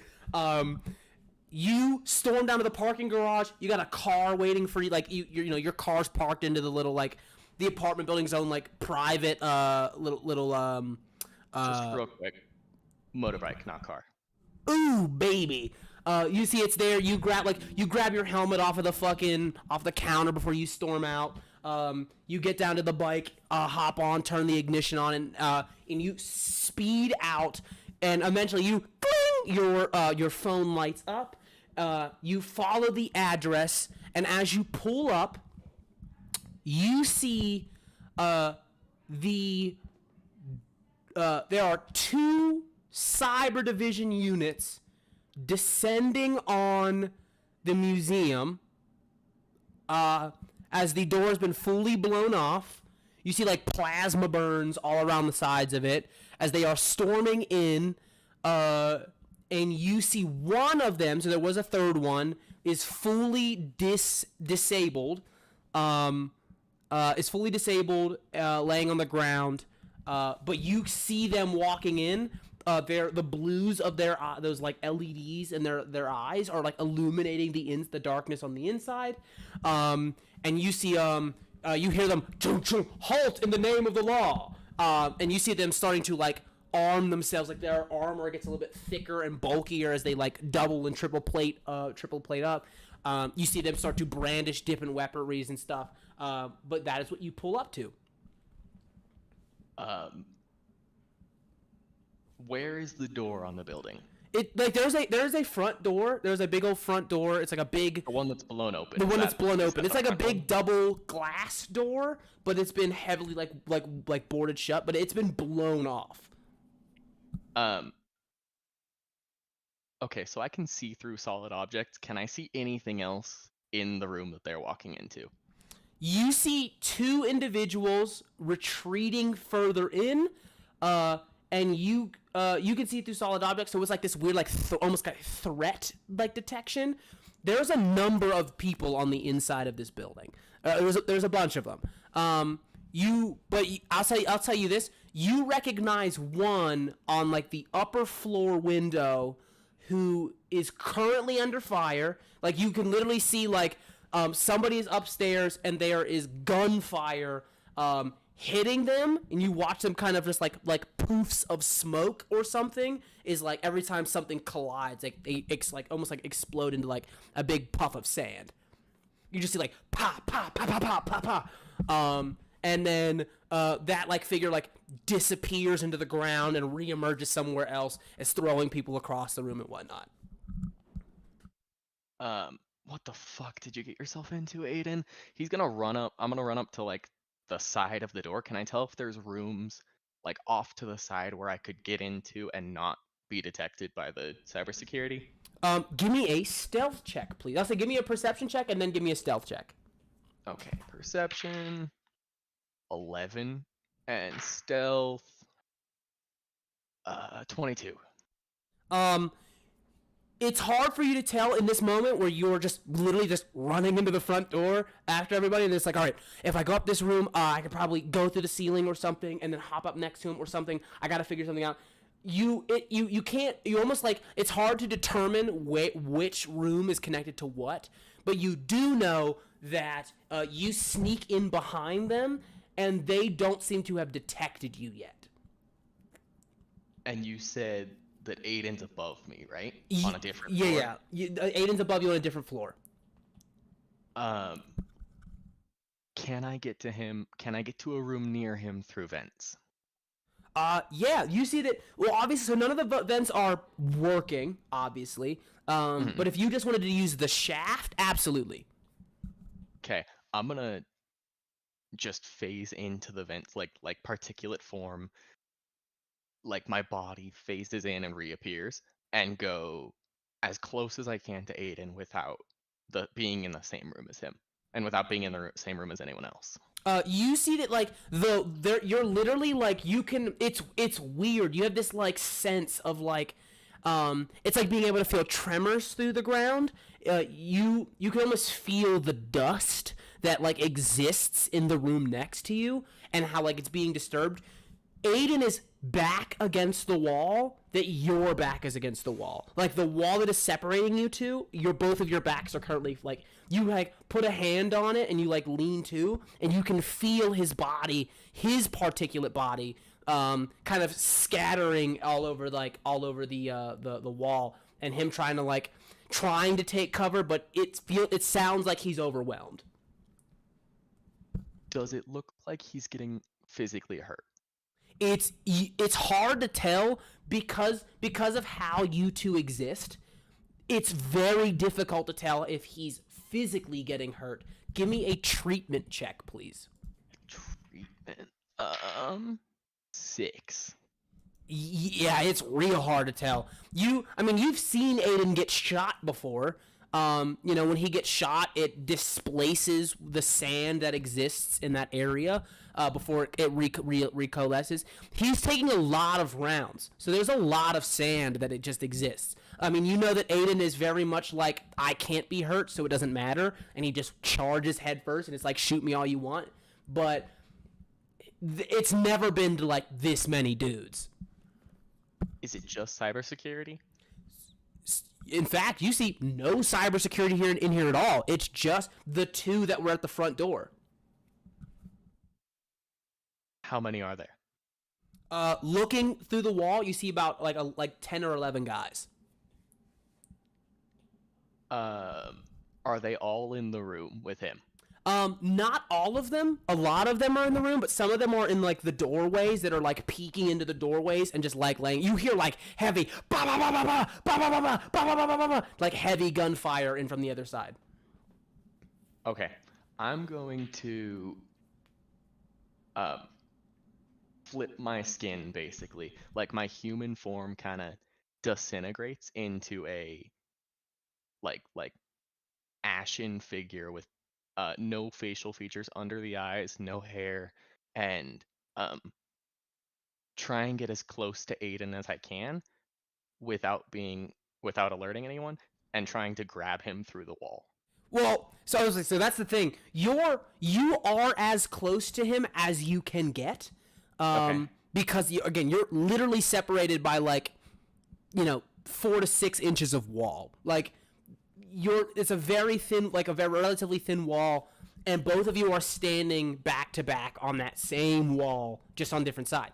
You literally you can literally just reach in and grab him if you wanted to. All right, I'm gonna reach 2 arms through, grab his shoulders, and pull him through the wall.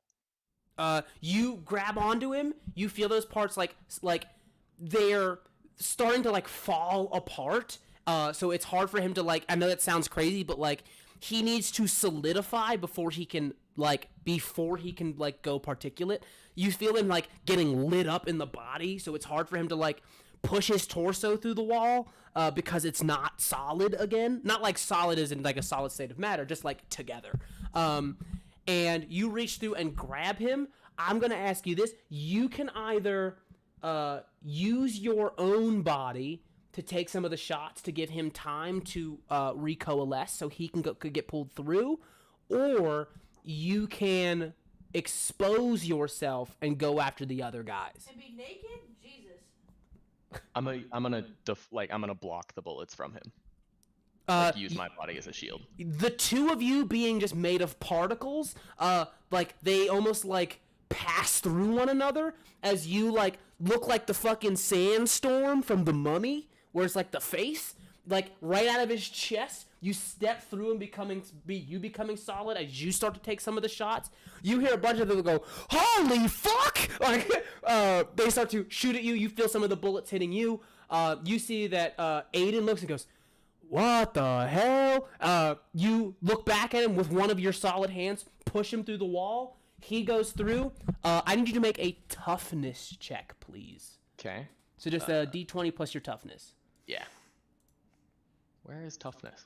Combat? Yeah. 15. 15. You push him through. He goes through. You immediately feel your stuff getting ripped apart. He goes, "He's fucking one of them!" Clink, clink. They start laying into you. We cut back over to Brett. Brett, you were in your bedroom. Yes. You were in your bedroom. You've just gotten home. It's starting to get later in the night. You see that your parents leave you there in your room as they're kind of just like, "Wow, honey. I mean, I can't believe that there was a security breach. That's crazy. Who knew that who knew at Future Tech they had a limited amount of security? That's crazy. They said it was some sort of gas leak." I mean, somebody could probably. Their security isn't very great. Someone could easily sneak past them. He goes, "All right, well, good, sleep well. Hopefully this day hasn't impacted you too much." They shut the door. You are alone in your bedroom. I'm gonna look down at my wrist where I felt that pinching feeling. Your whole hand is gone, and you see that something has wrapped itself around your wrist, put pins in your arms, and has bonded to your circulatory system.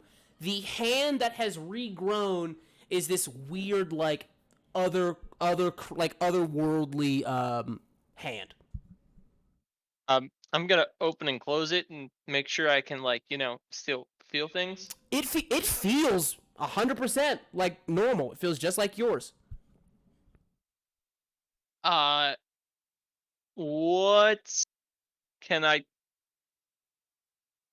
with the thing on my wrist? Is it just I'm just looking at a circle with pins in my arm? It doesn't even look like a circle with pins in your arm. It looks like an armband, like a wristband, almost like a sweatband, but it is muscular and it's muscular and it almost throbs like it's some sort of heartbeat or something. And and you can feel it like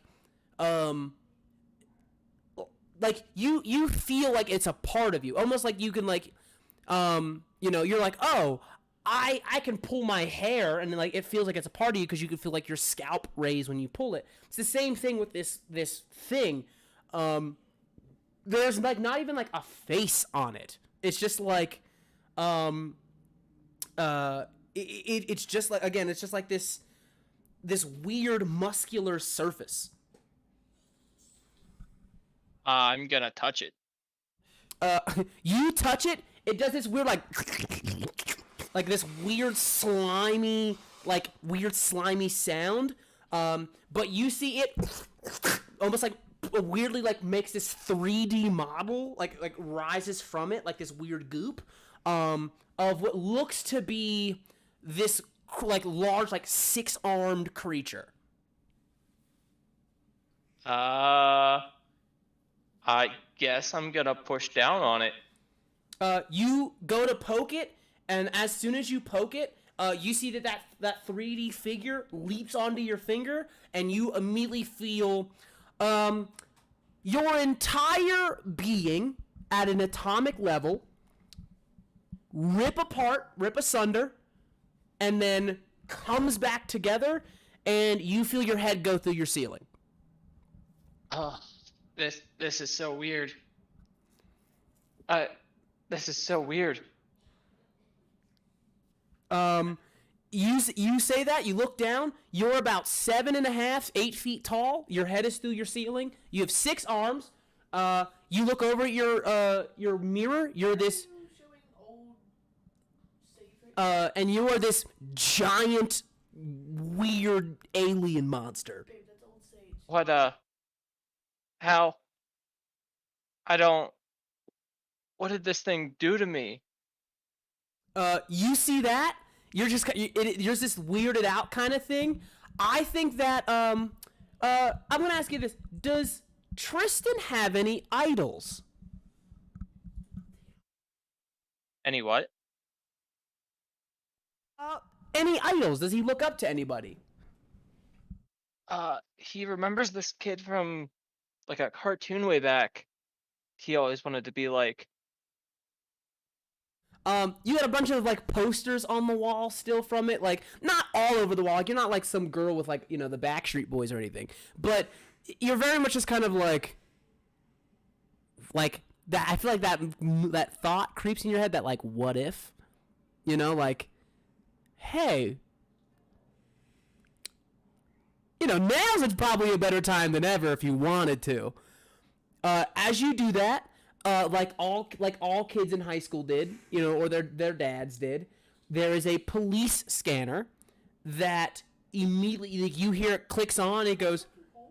Yeah, I guess you younger kids wouldn't know that. I feel like everybody in high school or everybody's like dad had a police scanner. No. Yeah, mine did. Like 50 years ago. I knew like. No. So old. You hear a bunch of all units, please be advised. He goes, a 616 is in progress. Cyber division has been deployed. He goes to the old museum. Located. He goes to the old Darling Museum. And you look out. You could probably make it. How far away is it? I would say, like, for Tristan, relatively far. But you, like, bend your knees, do a couple of squats. Whatever you are right now is fucking jacked. Like, you could probably shave that time in a third. You could be there in, like, a third of the time. Yes, but, like, distance-wise? I would say, like, you're less than a mile. I'm gonna open up my window and make one jump to get there. You go out the window, and I feel like, because it's jumping is half a mile. Oh my god, your mental stat, your consciousness is still the same. You're still Tristan, in mind you're still Tristan, but this body is for sure not yours. Like you're kind of just like, I wonder if, and you like put your feet on the windowsill. I was like, oh man, I feel so strong. I whoosh as you launch into the sky, and you are just like projectiling yourself across a bunch of buildings. You feel yourself just going, oh my god, whoa, whoa, like, oh god, oh god, oh god. Can you make me an acrobatics check, please? You're not gonna like this. You feel yourself like soft landing, soft landing, soft landing. You try to tuck so that you can land with knees bent, go through the window of an accounting firm, tumble, tumble, tumble out the other side of the window, land with one of your hands inside of the bricks of the building on the other side. I think I'll call this guy Brick. You slide down to the bottom, you round the corner, you see lights from gunshots going off, you see the cyber division has fully entered the building, you see, there, like, through one of the windows at the top, there's a dude being fucking ripped apart with bullets, and there's, like, sand or dust or some shit is flying everywhere, but he's, like, just fucking taking it. You see, like, sneaking in through, like, off to the side, like, it's a big museum, so most of the front of it is, like, glass. It's been boarded up in a lot of the windows, but most of it is glass. You see two people are running off to, like, the west wing, who's, like, this gothic chick whose arm is fully ripped apart with, like, a cannon in it. A fully, like, another Cyber Division guy who looks, like, weird. He looks off, doesn't look at all the same. They're both running as, like, his, skeleton is still being put together and shit. And you see that, and like I said, they don't seem to know that you're behind them. Okay. I'm gonna figure out a way to power down. Okay, you literally feel yourself kind of just like, okay, if I could not be this dude anymore, and then all of a sudden you just hear like disassembling, and you feel again yourself, you like ripped apart, come back in, and you're 3 feet shorter. Like, I'm gonna look down at it and go through. You see that the there's like this light. It's like a weird like little projection light underneath it. That's like, you know, almost like they're standing on a lit pedestal. The one on that guy's figure has now is like bright red. How many more are there? You swipe through. It looks like you've got 4 more you can pick from. I'm gonna pick the one that looks like a ghost. You see one of them has no fucking legs. Literally looks like almost like Haunter from like this world's like Pokemon.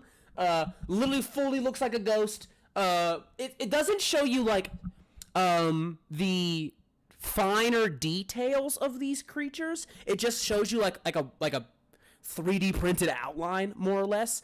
But you're just like, oh yeah, this one kind of looks like a ghost, and that's the one. That's what you see.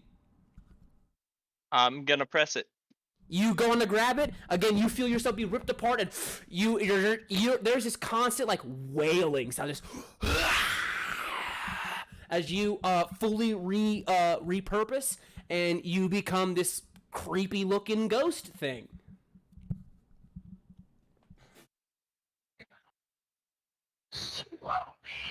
Go towards the building. Hide in plain sight. You fully phase in through the wall as you have infiltrated the building. We cut one final time to a bathroom stall.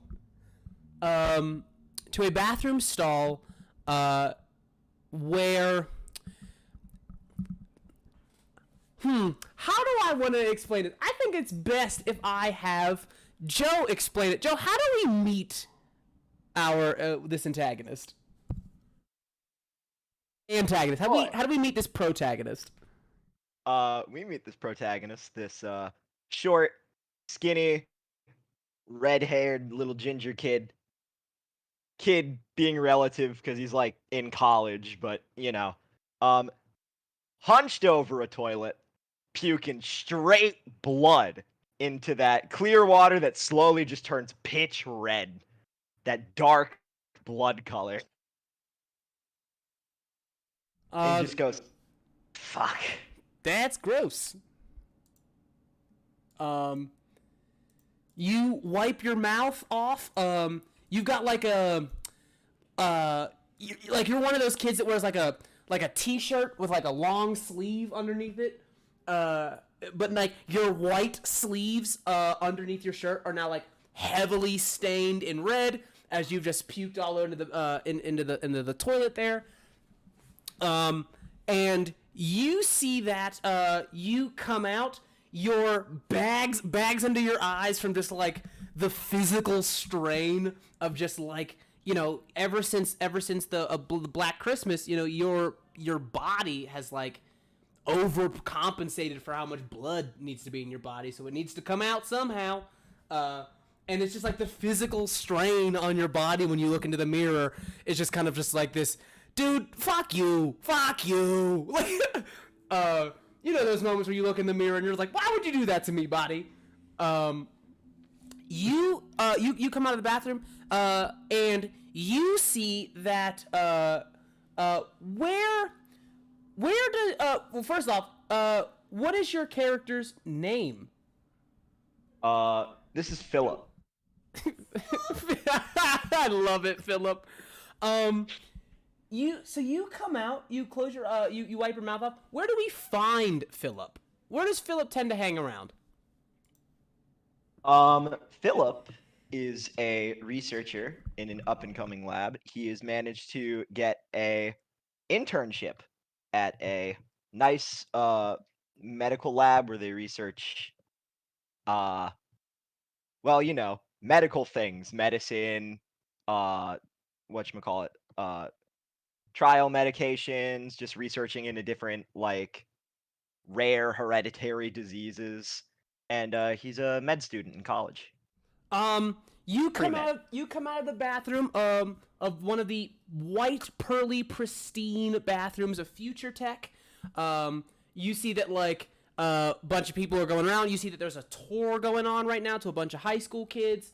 You know, you see that fucking Dr. Jones, who is like, you know, total bitch when she's off the clock, but you know, she's giving a tour to some of these kids, talking about how, you know, oh, you know, we're the leading developers of exploration and engineering and blah blah, and you're just like, wow, you're still doing that shtick, huh? Okay.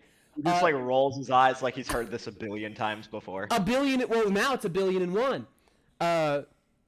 You come out again. You find yourself here in this facility, and you head over towards the medical wing. You see that like this is not just where they do medicine, but like just in general, like the betterment of like the human body. And ever since like Black Christmas, you know, probably like the thing that got you interested the most of like getting into like what it is to, you know, like your condition is so unique, so it calls for like a new unique way to go about it, right? And so like I feel like that you're just like, yeah, you know, this is probably the best way to do it. You are hanging out over at the medical wing. You see that the other thing that they're doing. So like I said, it's all the embedment of the people. The engineering department is one that you pass on the way back to the medical wing, and you see they have a diagram that is set up on like this big ass whiteboard for a new design that they have. Can you make me either a technology check, or I will say investigation, please? Well, those are both flat rolls, baby. You wait, okay, the 2 is the first one. My bad, I didn't think the first one happened. All right. Well, did you do technology or investigation? They're both the probably same. investigation. They're both the same. Okay. Yeah. Yeah, it's just some tech shit. It's like they're building essentially this big ass battery to power the city. Which doesn't take like a genius to understand it. Like, first off, there's no fucking way that's gonna work. Like, the amount of energy that you would need to consume in order to like produce that much power, ridiculous. Like, you're just kind of just like, I feel like that Philip thinks to himself like, like fucking engineering students, like these fucking guys. Yup. As you walk back to your little, like, not office, but like the lab where they're testing out a bunch of medicines, you see that some of the doctors have begun to run trials on this new drug. This is where I'm going to have you make a treatment check for me, please, and do this with advantage. All right. I do not see a advantage button. Just roll twice and Yeah. take the higher one. Wow, are you No fucking kidding fucking me? way! Everyone else was high rolling that I was gonna be the guy to low roll this session. I knew it. Oh shit. So they're not doing anything necessarily new. It's a lot of stuff that they've kind of been doing. But the latest trial that they've been up to is a lot of like, more like the more practical study of the super enabled. The super enabled have been around for 10 years now. So it's like now they're really starting to like look at the like genealogy, look at the DNA, the RNA, look at the like I said, the more practical and the real down and dirty stuff of like what makes a super enabled tick, how did their powers actually become their like thing. And I will say this, I will tell you this, so you don't get anything juicy, but I will tell you the one thing that they're studying is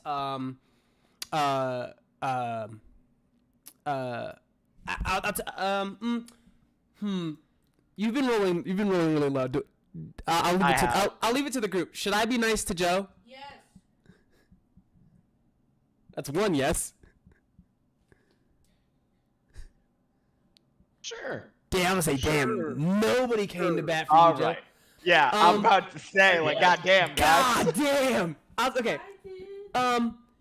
Philip, you know that the current CEO, the current like top, not even the CEO, like the top scientist, the guy who's like in charge of all of the science departments, who holds like probably honestly the most power of the company, even the CEO like defers to him for like ideas, is an old member of the original Phoenix Assembly, this world's like Justice League. His name is Oz. At least that's what they used to call him.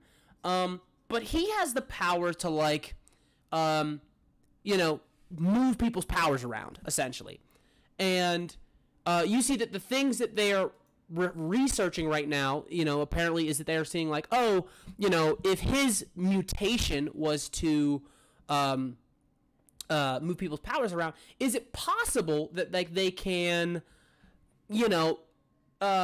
people who weren't mutated as a result of Black Christmas, is it possible that they can move people whose maybe not want their powers to people who maybe do want their powers, or something like that. If you need the notes, his name was Oz, and he was one of the original Phoenix members assemblies. Do you guys need the notes of all of the original ones, or do you not care? I have them, right? You sent them to me? I sent you some of them, so not all. It's a bunch for you. When I was saying like a bunch of heroes are missing, only 2 of them are from the Phoenix Assembly. I would still like all of them. Okay. I could tell everybody now, or I could just. It's up to you. It's up to you guys. In writing, but that could just be me. Well, then I can tell you, and you can write them down. I thought you were gonna send them. I was talking about. Sending you all of the missing supers names. I'm saying, do you guys want the original Phoenix Assembly's names? Yes. Okay. Sorry, I was getting. Okay, All now good. I have these. Hold on, let me put my notes. All right. Sorry, I was jotting down what you told me in the note. All right. Oz, head of future tech Okay, what? sciences, Okay. old Phoenix Assembly member. He can move people's powers. Yeah. Okay. So the original Phoenix Assembly that was established like 8 years ago, right? Consisted of notes. Consisted of 5 members. The first one is Dawnstar, obviously. The second one is Darwin, aka his real name is Finn. The third is Kid Quantum. The fourth is Oz. And the fifth is Dazzler. Which is the girl you were telling me about. Yeah, there was another one that like Dawnstar was dating for a while. Her name was Solar Flare. That was another one. But she's not like an official member. She was just kind of like, you know, if you've ever seen like the Teen Titans, it was like Terra. You know, there's the Teen Titans and then like Terra would help sometimes. Fuck that bitch. Bro, how can you hate that bitch? How can you hate that like, bitch? Sure, but like character growth. Character growth. Yeah, she can grow right up my ass. That didn't sound great. I let I'll shit her out. I don't know. I hate her. I mean, I think everybody hates Terra. I feel like everyone was like, Terra, why would you do that? You know, obviously. What are you pulling up right now? Weird names. Yeah. So Oz so originally I would say, so it says I'm being nice to you. The original head of sciences was a scientist named Dr. Richard Darling. Okay. Dr. Richard Darling, and he is the guy who started the Phoenix Assembly. And he got super rich off of it, and then eventually he was found dead in a chemical fire. It was pronounced as an accident as a chemical fire. He was found dead. Then the Phoenix Assembly split up over some political shit, but now all of the heroes are banned and pretty much live normal lives unless you're Dawnstar and you're making garbage movies. All right. Cool? Exposition. Yes, cool. Yeah. So yeah, they're doing research, and you would know that, again, this being like a medical thing, they're doing research to see if it's possible for the almost like the manipulation of Oz's powers, in some way. Like, is it possible that we can, maybe put Oz's powers and like reverse engineer it so that it can be, engineered into like some sort of drug that people can take and maybe like get a random power. Obviously they don't know. It's a lot of notes that they have.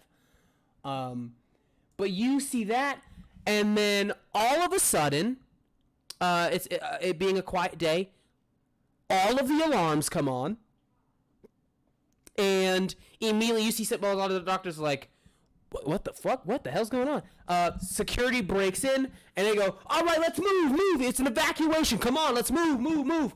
As they start to like usher you out of the building. The fuck? You see that they usher you out of the building. You guys are brought out of the building, and you hear a bunch of people start talking about like a security breach. Here is a chance to redeem yourself. Nice gods, don't fuck me, please. Roll a perception check. Oh, perception, thank God. I have actual bonuses in this one. There we go. You hear, and here's where shit gets saucy. You hear, two of the science, like somebody who's like super high up in the science branch and like one of the security off to the side. They are in the middle of a conversation, and it's a particular part of the conversation that kind of catches your ear. You just kind of listening around, and he says, okay, well, what is the condition of subject 0?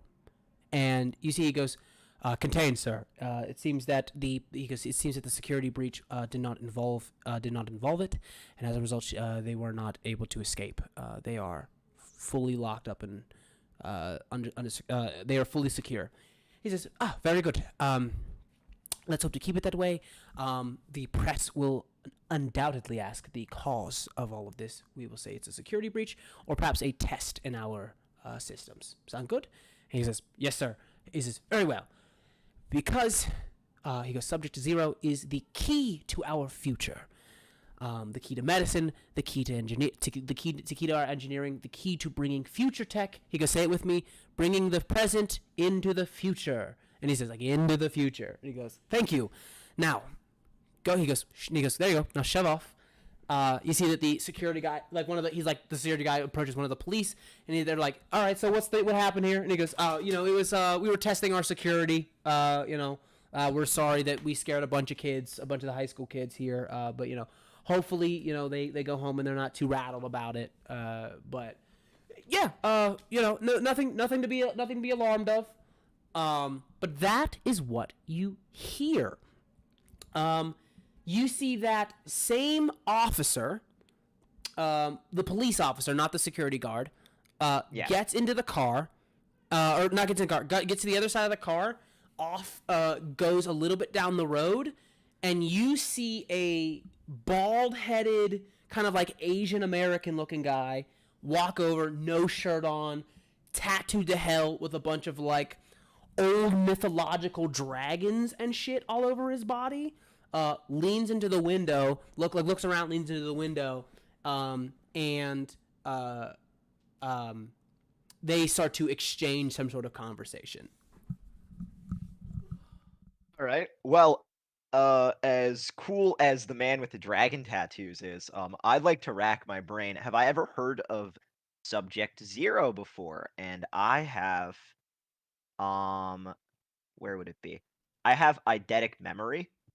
I have perfect recall of everything I've ever experienced, and I have a +5 bonus. I hate this fucking feat. I hate this fucking feat. Fuck you guys. I hate that feat. What feat is it? Eidetic memory. I did not take that one. You have perfect. You can just recall everything perfectly. Fuck you.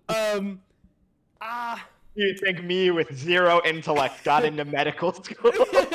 Medical school. Whatever, pre-med. What's his name from Lee? Dr. Mundo? Yeah. Fuck you. Oh, fuck you. Give me I think, was it a +10 that you get? Or is it a +5? Give me a... Shit! I think it's, what is it? Wisdom? Because it's not books. So it would be like awareness? Yeah, give me an awareness +7. I don't think I have any rolls that are +7, so I'm gonna. So no, it's +5 from eidetic memory, +2 from presence. So that's +7. Yeah. So 11. 11. Vividly, like you thought at first, hearing it. Here's what I'm saying. Hearing it a second time, you're definitely like, oh, that's real. Like, what the fuck is that? Because you've heard it in passing before, but the term Subject Zero is kind of broad when it comes. Like, first off, it's broad in medicine, because if you think about it in terms of like the CDC, Subject Zero is the first person infected. That's that's where the virus started. Subject Zero could be the name of a character from some sort of media. It was hard to put a pin on it, but as far as and fucking Future Tech has its thumbs in a lot of pies. There's no outbreaks anywhere, so that rules that out. There's no. Everybody here's pretty serious. They don't ever talk about their home life too much. So it's probably not somebody from like a movie or a game or something. What could it be? And if there is a Subject Zero, who are they and where are they? I'd have to assume they're somewhere in the building if they're making sure that it's still contained with security. I kinda would say wanna look on around an for it. 11, you've been through most of the building. You know, the medical wing doesn't even have a bathroom like where it is. You have to like across the engineering like section of it to get to the bathroom. But like you've been, you know, when you come into the front door, you've been around there. You've been by the elevators. You've been by the stairs when the elevator's out.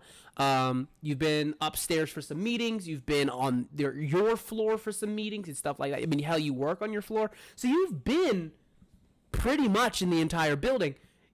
No doors feel like seem like they would hold. At least not that you can that are coming to you. No, none of the doors are like, you know, vault doors or anything like that. Hmm.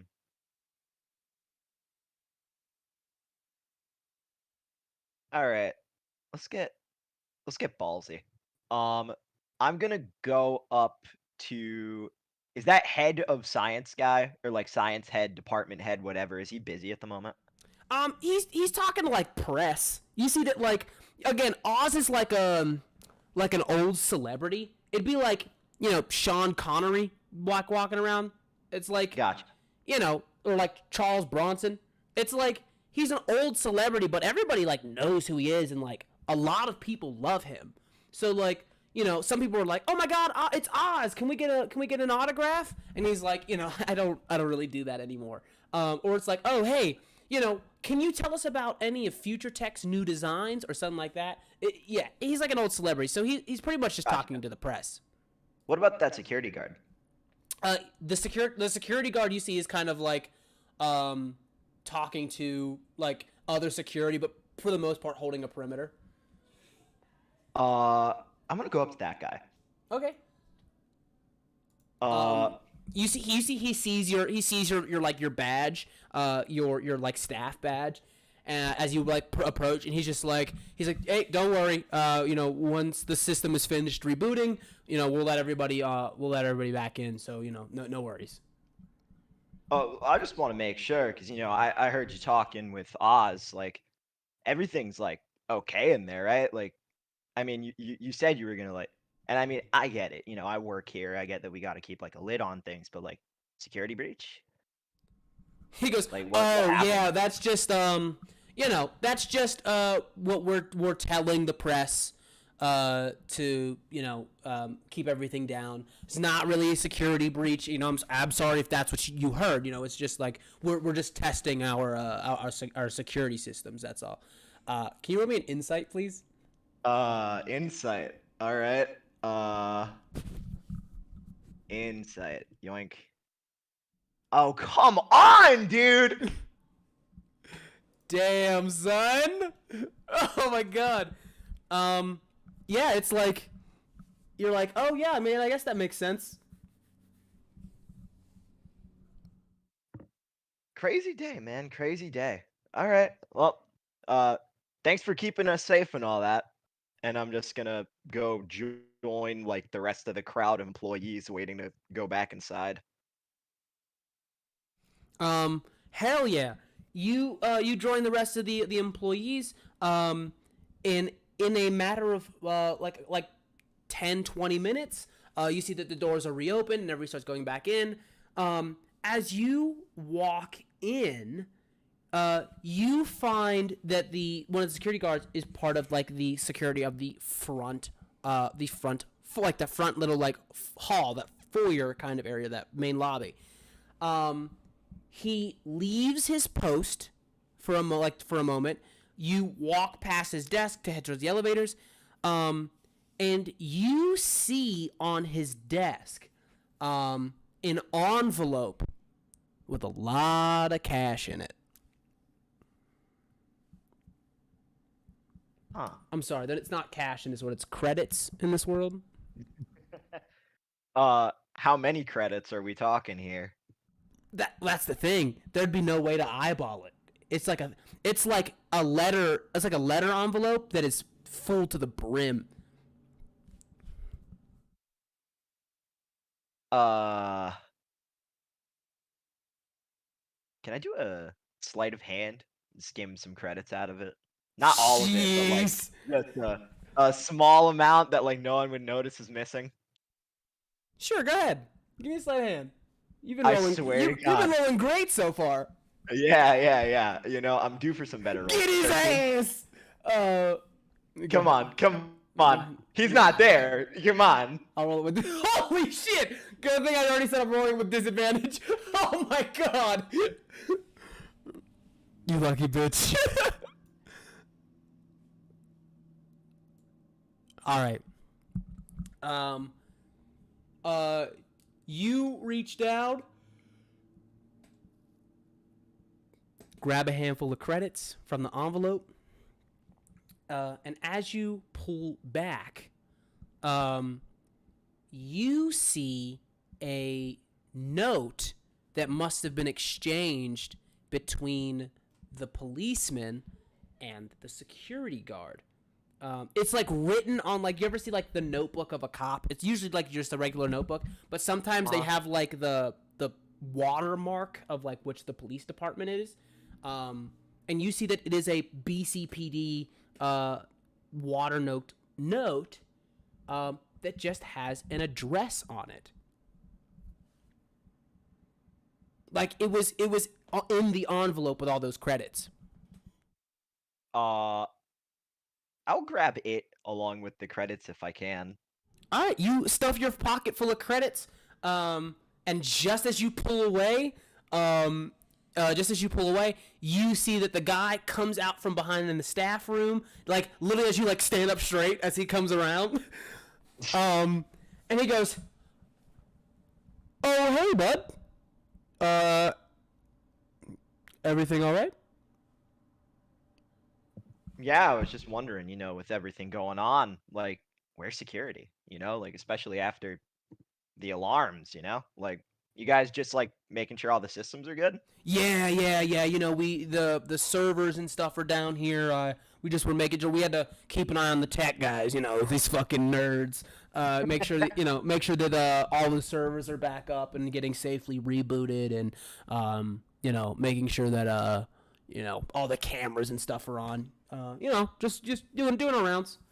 Routine security. Gotcha. You know, I'm still pretty new here, so I'm not familiar with the whole, whatchamacallit. Can you give me an awareness check, please? This uses your eidetic memory, by the way. Oh, it does? Okay. Awesome. So just +7. Boom. 22. Philip, you've been here quite a few days. You've worked here for a while. You've worked here for a while on so many occasions that sometimes that back door is open. That back door behind the security office. There's no server room back there. Oh man, I want to go poking my head around so badly. Okay. Well, I'm gonna like excuse myself from the guard, be like, well, back to work, you know how it is. He goes, yeah, bring in the present, bring in the future presents.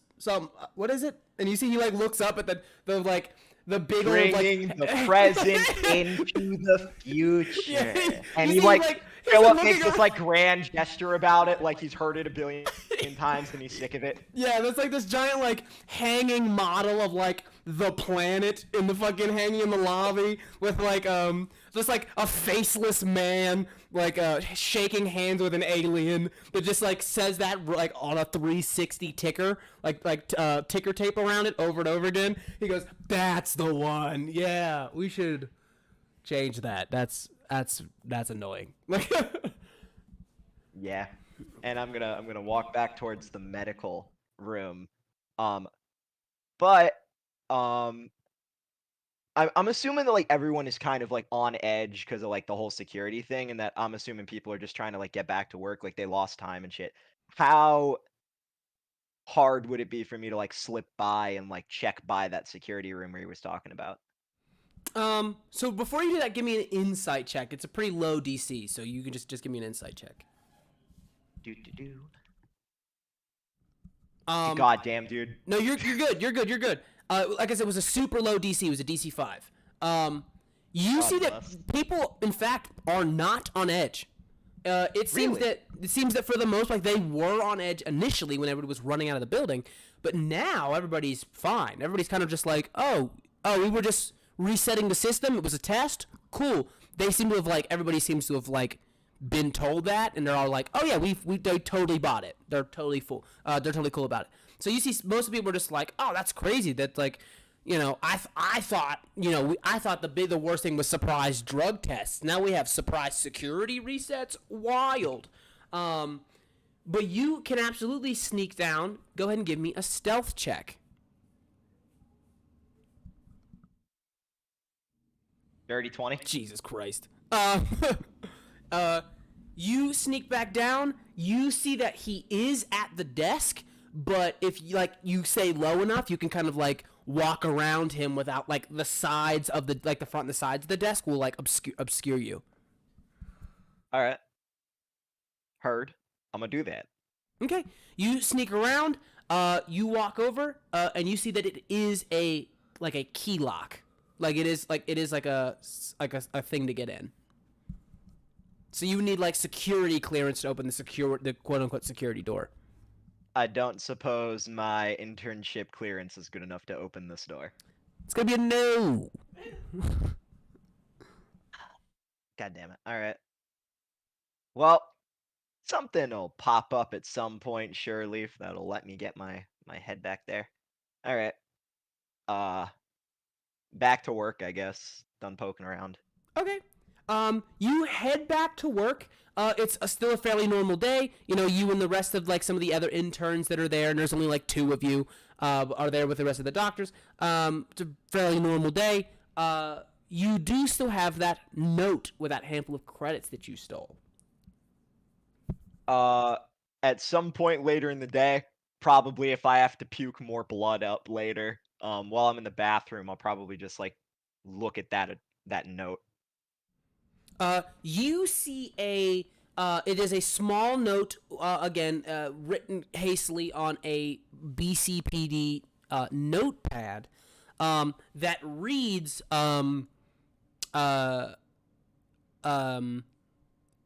it's gonna go down tonight. Make sure no one walks out. And it is just the address of an old abandoned museum. Oh shit, oh fuck, I took blood money, oh shit, oh fuck. Philip starts panicking. He's like, oh god, what did I just take? Oh god, am I gonna die? He's spooked. But he's thinking to himself, he's like, shit. What the fuck's going down there tonight? What the fuck is this company hiding? And he's gonna steal his resolve, right? At the very least, he's he thinks about it logically. He's like, I can be a whistleblower. I can make demands. I could get something out of this. It's always nice to have cards. Yeah. Give me an insight check real quick. Also, a very low DC. Go ahead and roll it with advantage. That realization also gives you an advantage. Bro, you are shit tonight. What the hell, dude? Can you guys give me your 20s, please? I'm begging you. Oh my god. Just need some luck. You gotta change the colors, bro. You gotta change it's the color. All right, you're right. It's pink. Oh. It's pink. Pink's worn out. You're right. Yeah, but you roll well all night. Yeah, I would say there's a realization where you're I could be a whistleblower, but also, if you really wanted to get the dirt, whether it's to be a hero or whatever else, the best way to accumulate your defense, to accumulate your case, would be from the inside. Yeah. So not only was working if you can crack whatever patient zero is, or subject zero is, or if you can crack open the conspiracy that is whatever people at, you know, the old museum are doing versus like as along with future tech, you might be able to crack this bitch open wide open. But obviously there'd be no way to know what's happening at the museum unless you go. Yeah. So what's the address on that note? ABC 123 Museum Street. All right, ABC 123 Museum Street, on my way. After my shift. After my shift. Yeah. He just, ABC 537 Museum Street. yeah. 532 ABC 123 easiest one, you and me. Street.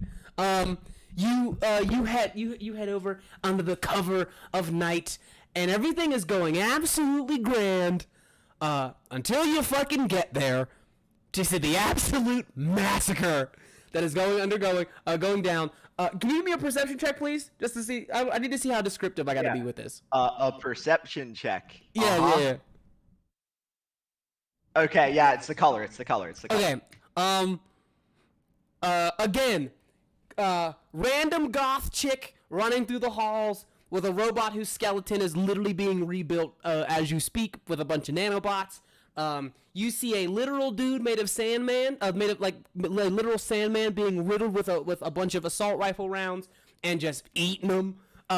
You see 2 Cyber Division going in, which is the cops going in without any human like handlers, which is usually how they do things. They usually set the machines off along with some human handlers so they don't fucking kill everybody. Jesus, guy. Doesn't see me though. He still got a 19. That's a natural 1. Fuck your 19. That's still a nat 1. You see and then you see, I guess you don't see it. You hiding over behind the wall. You hear,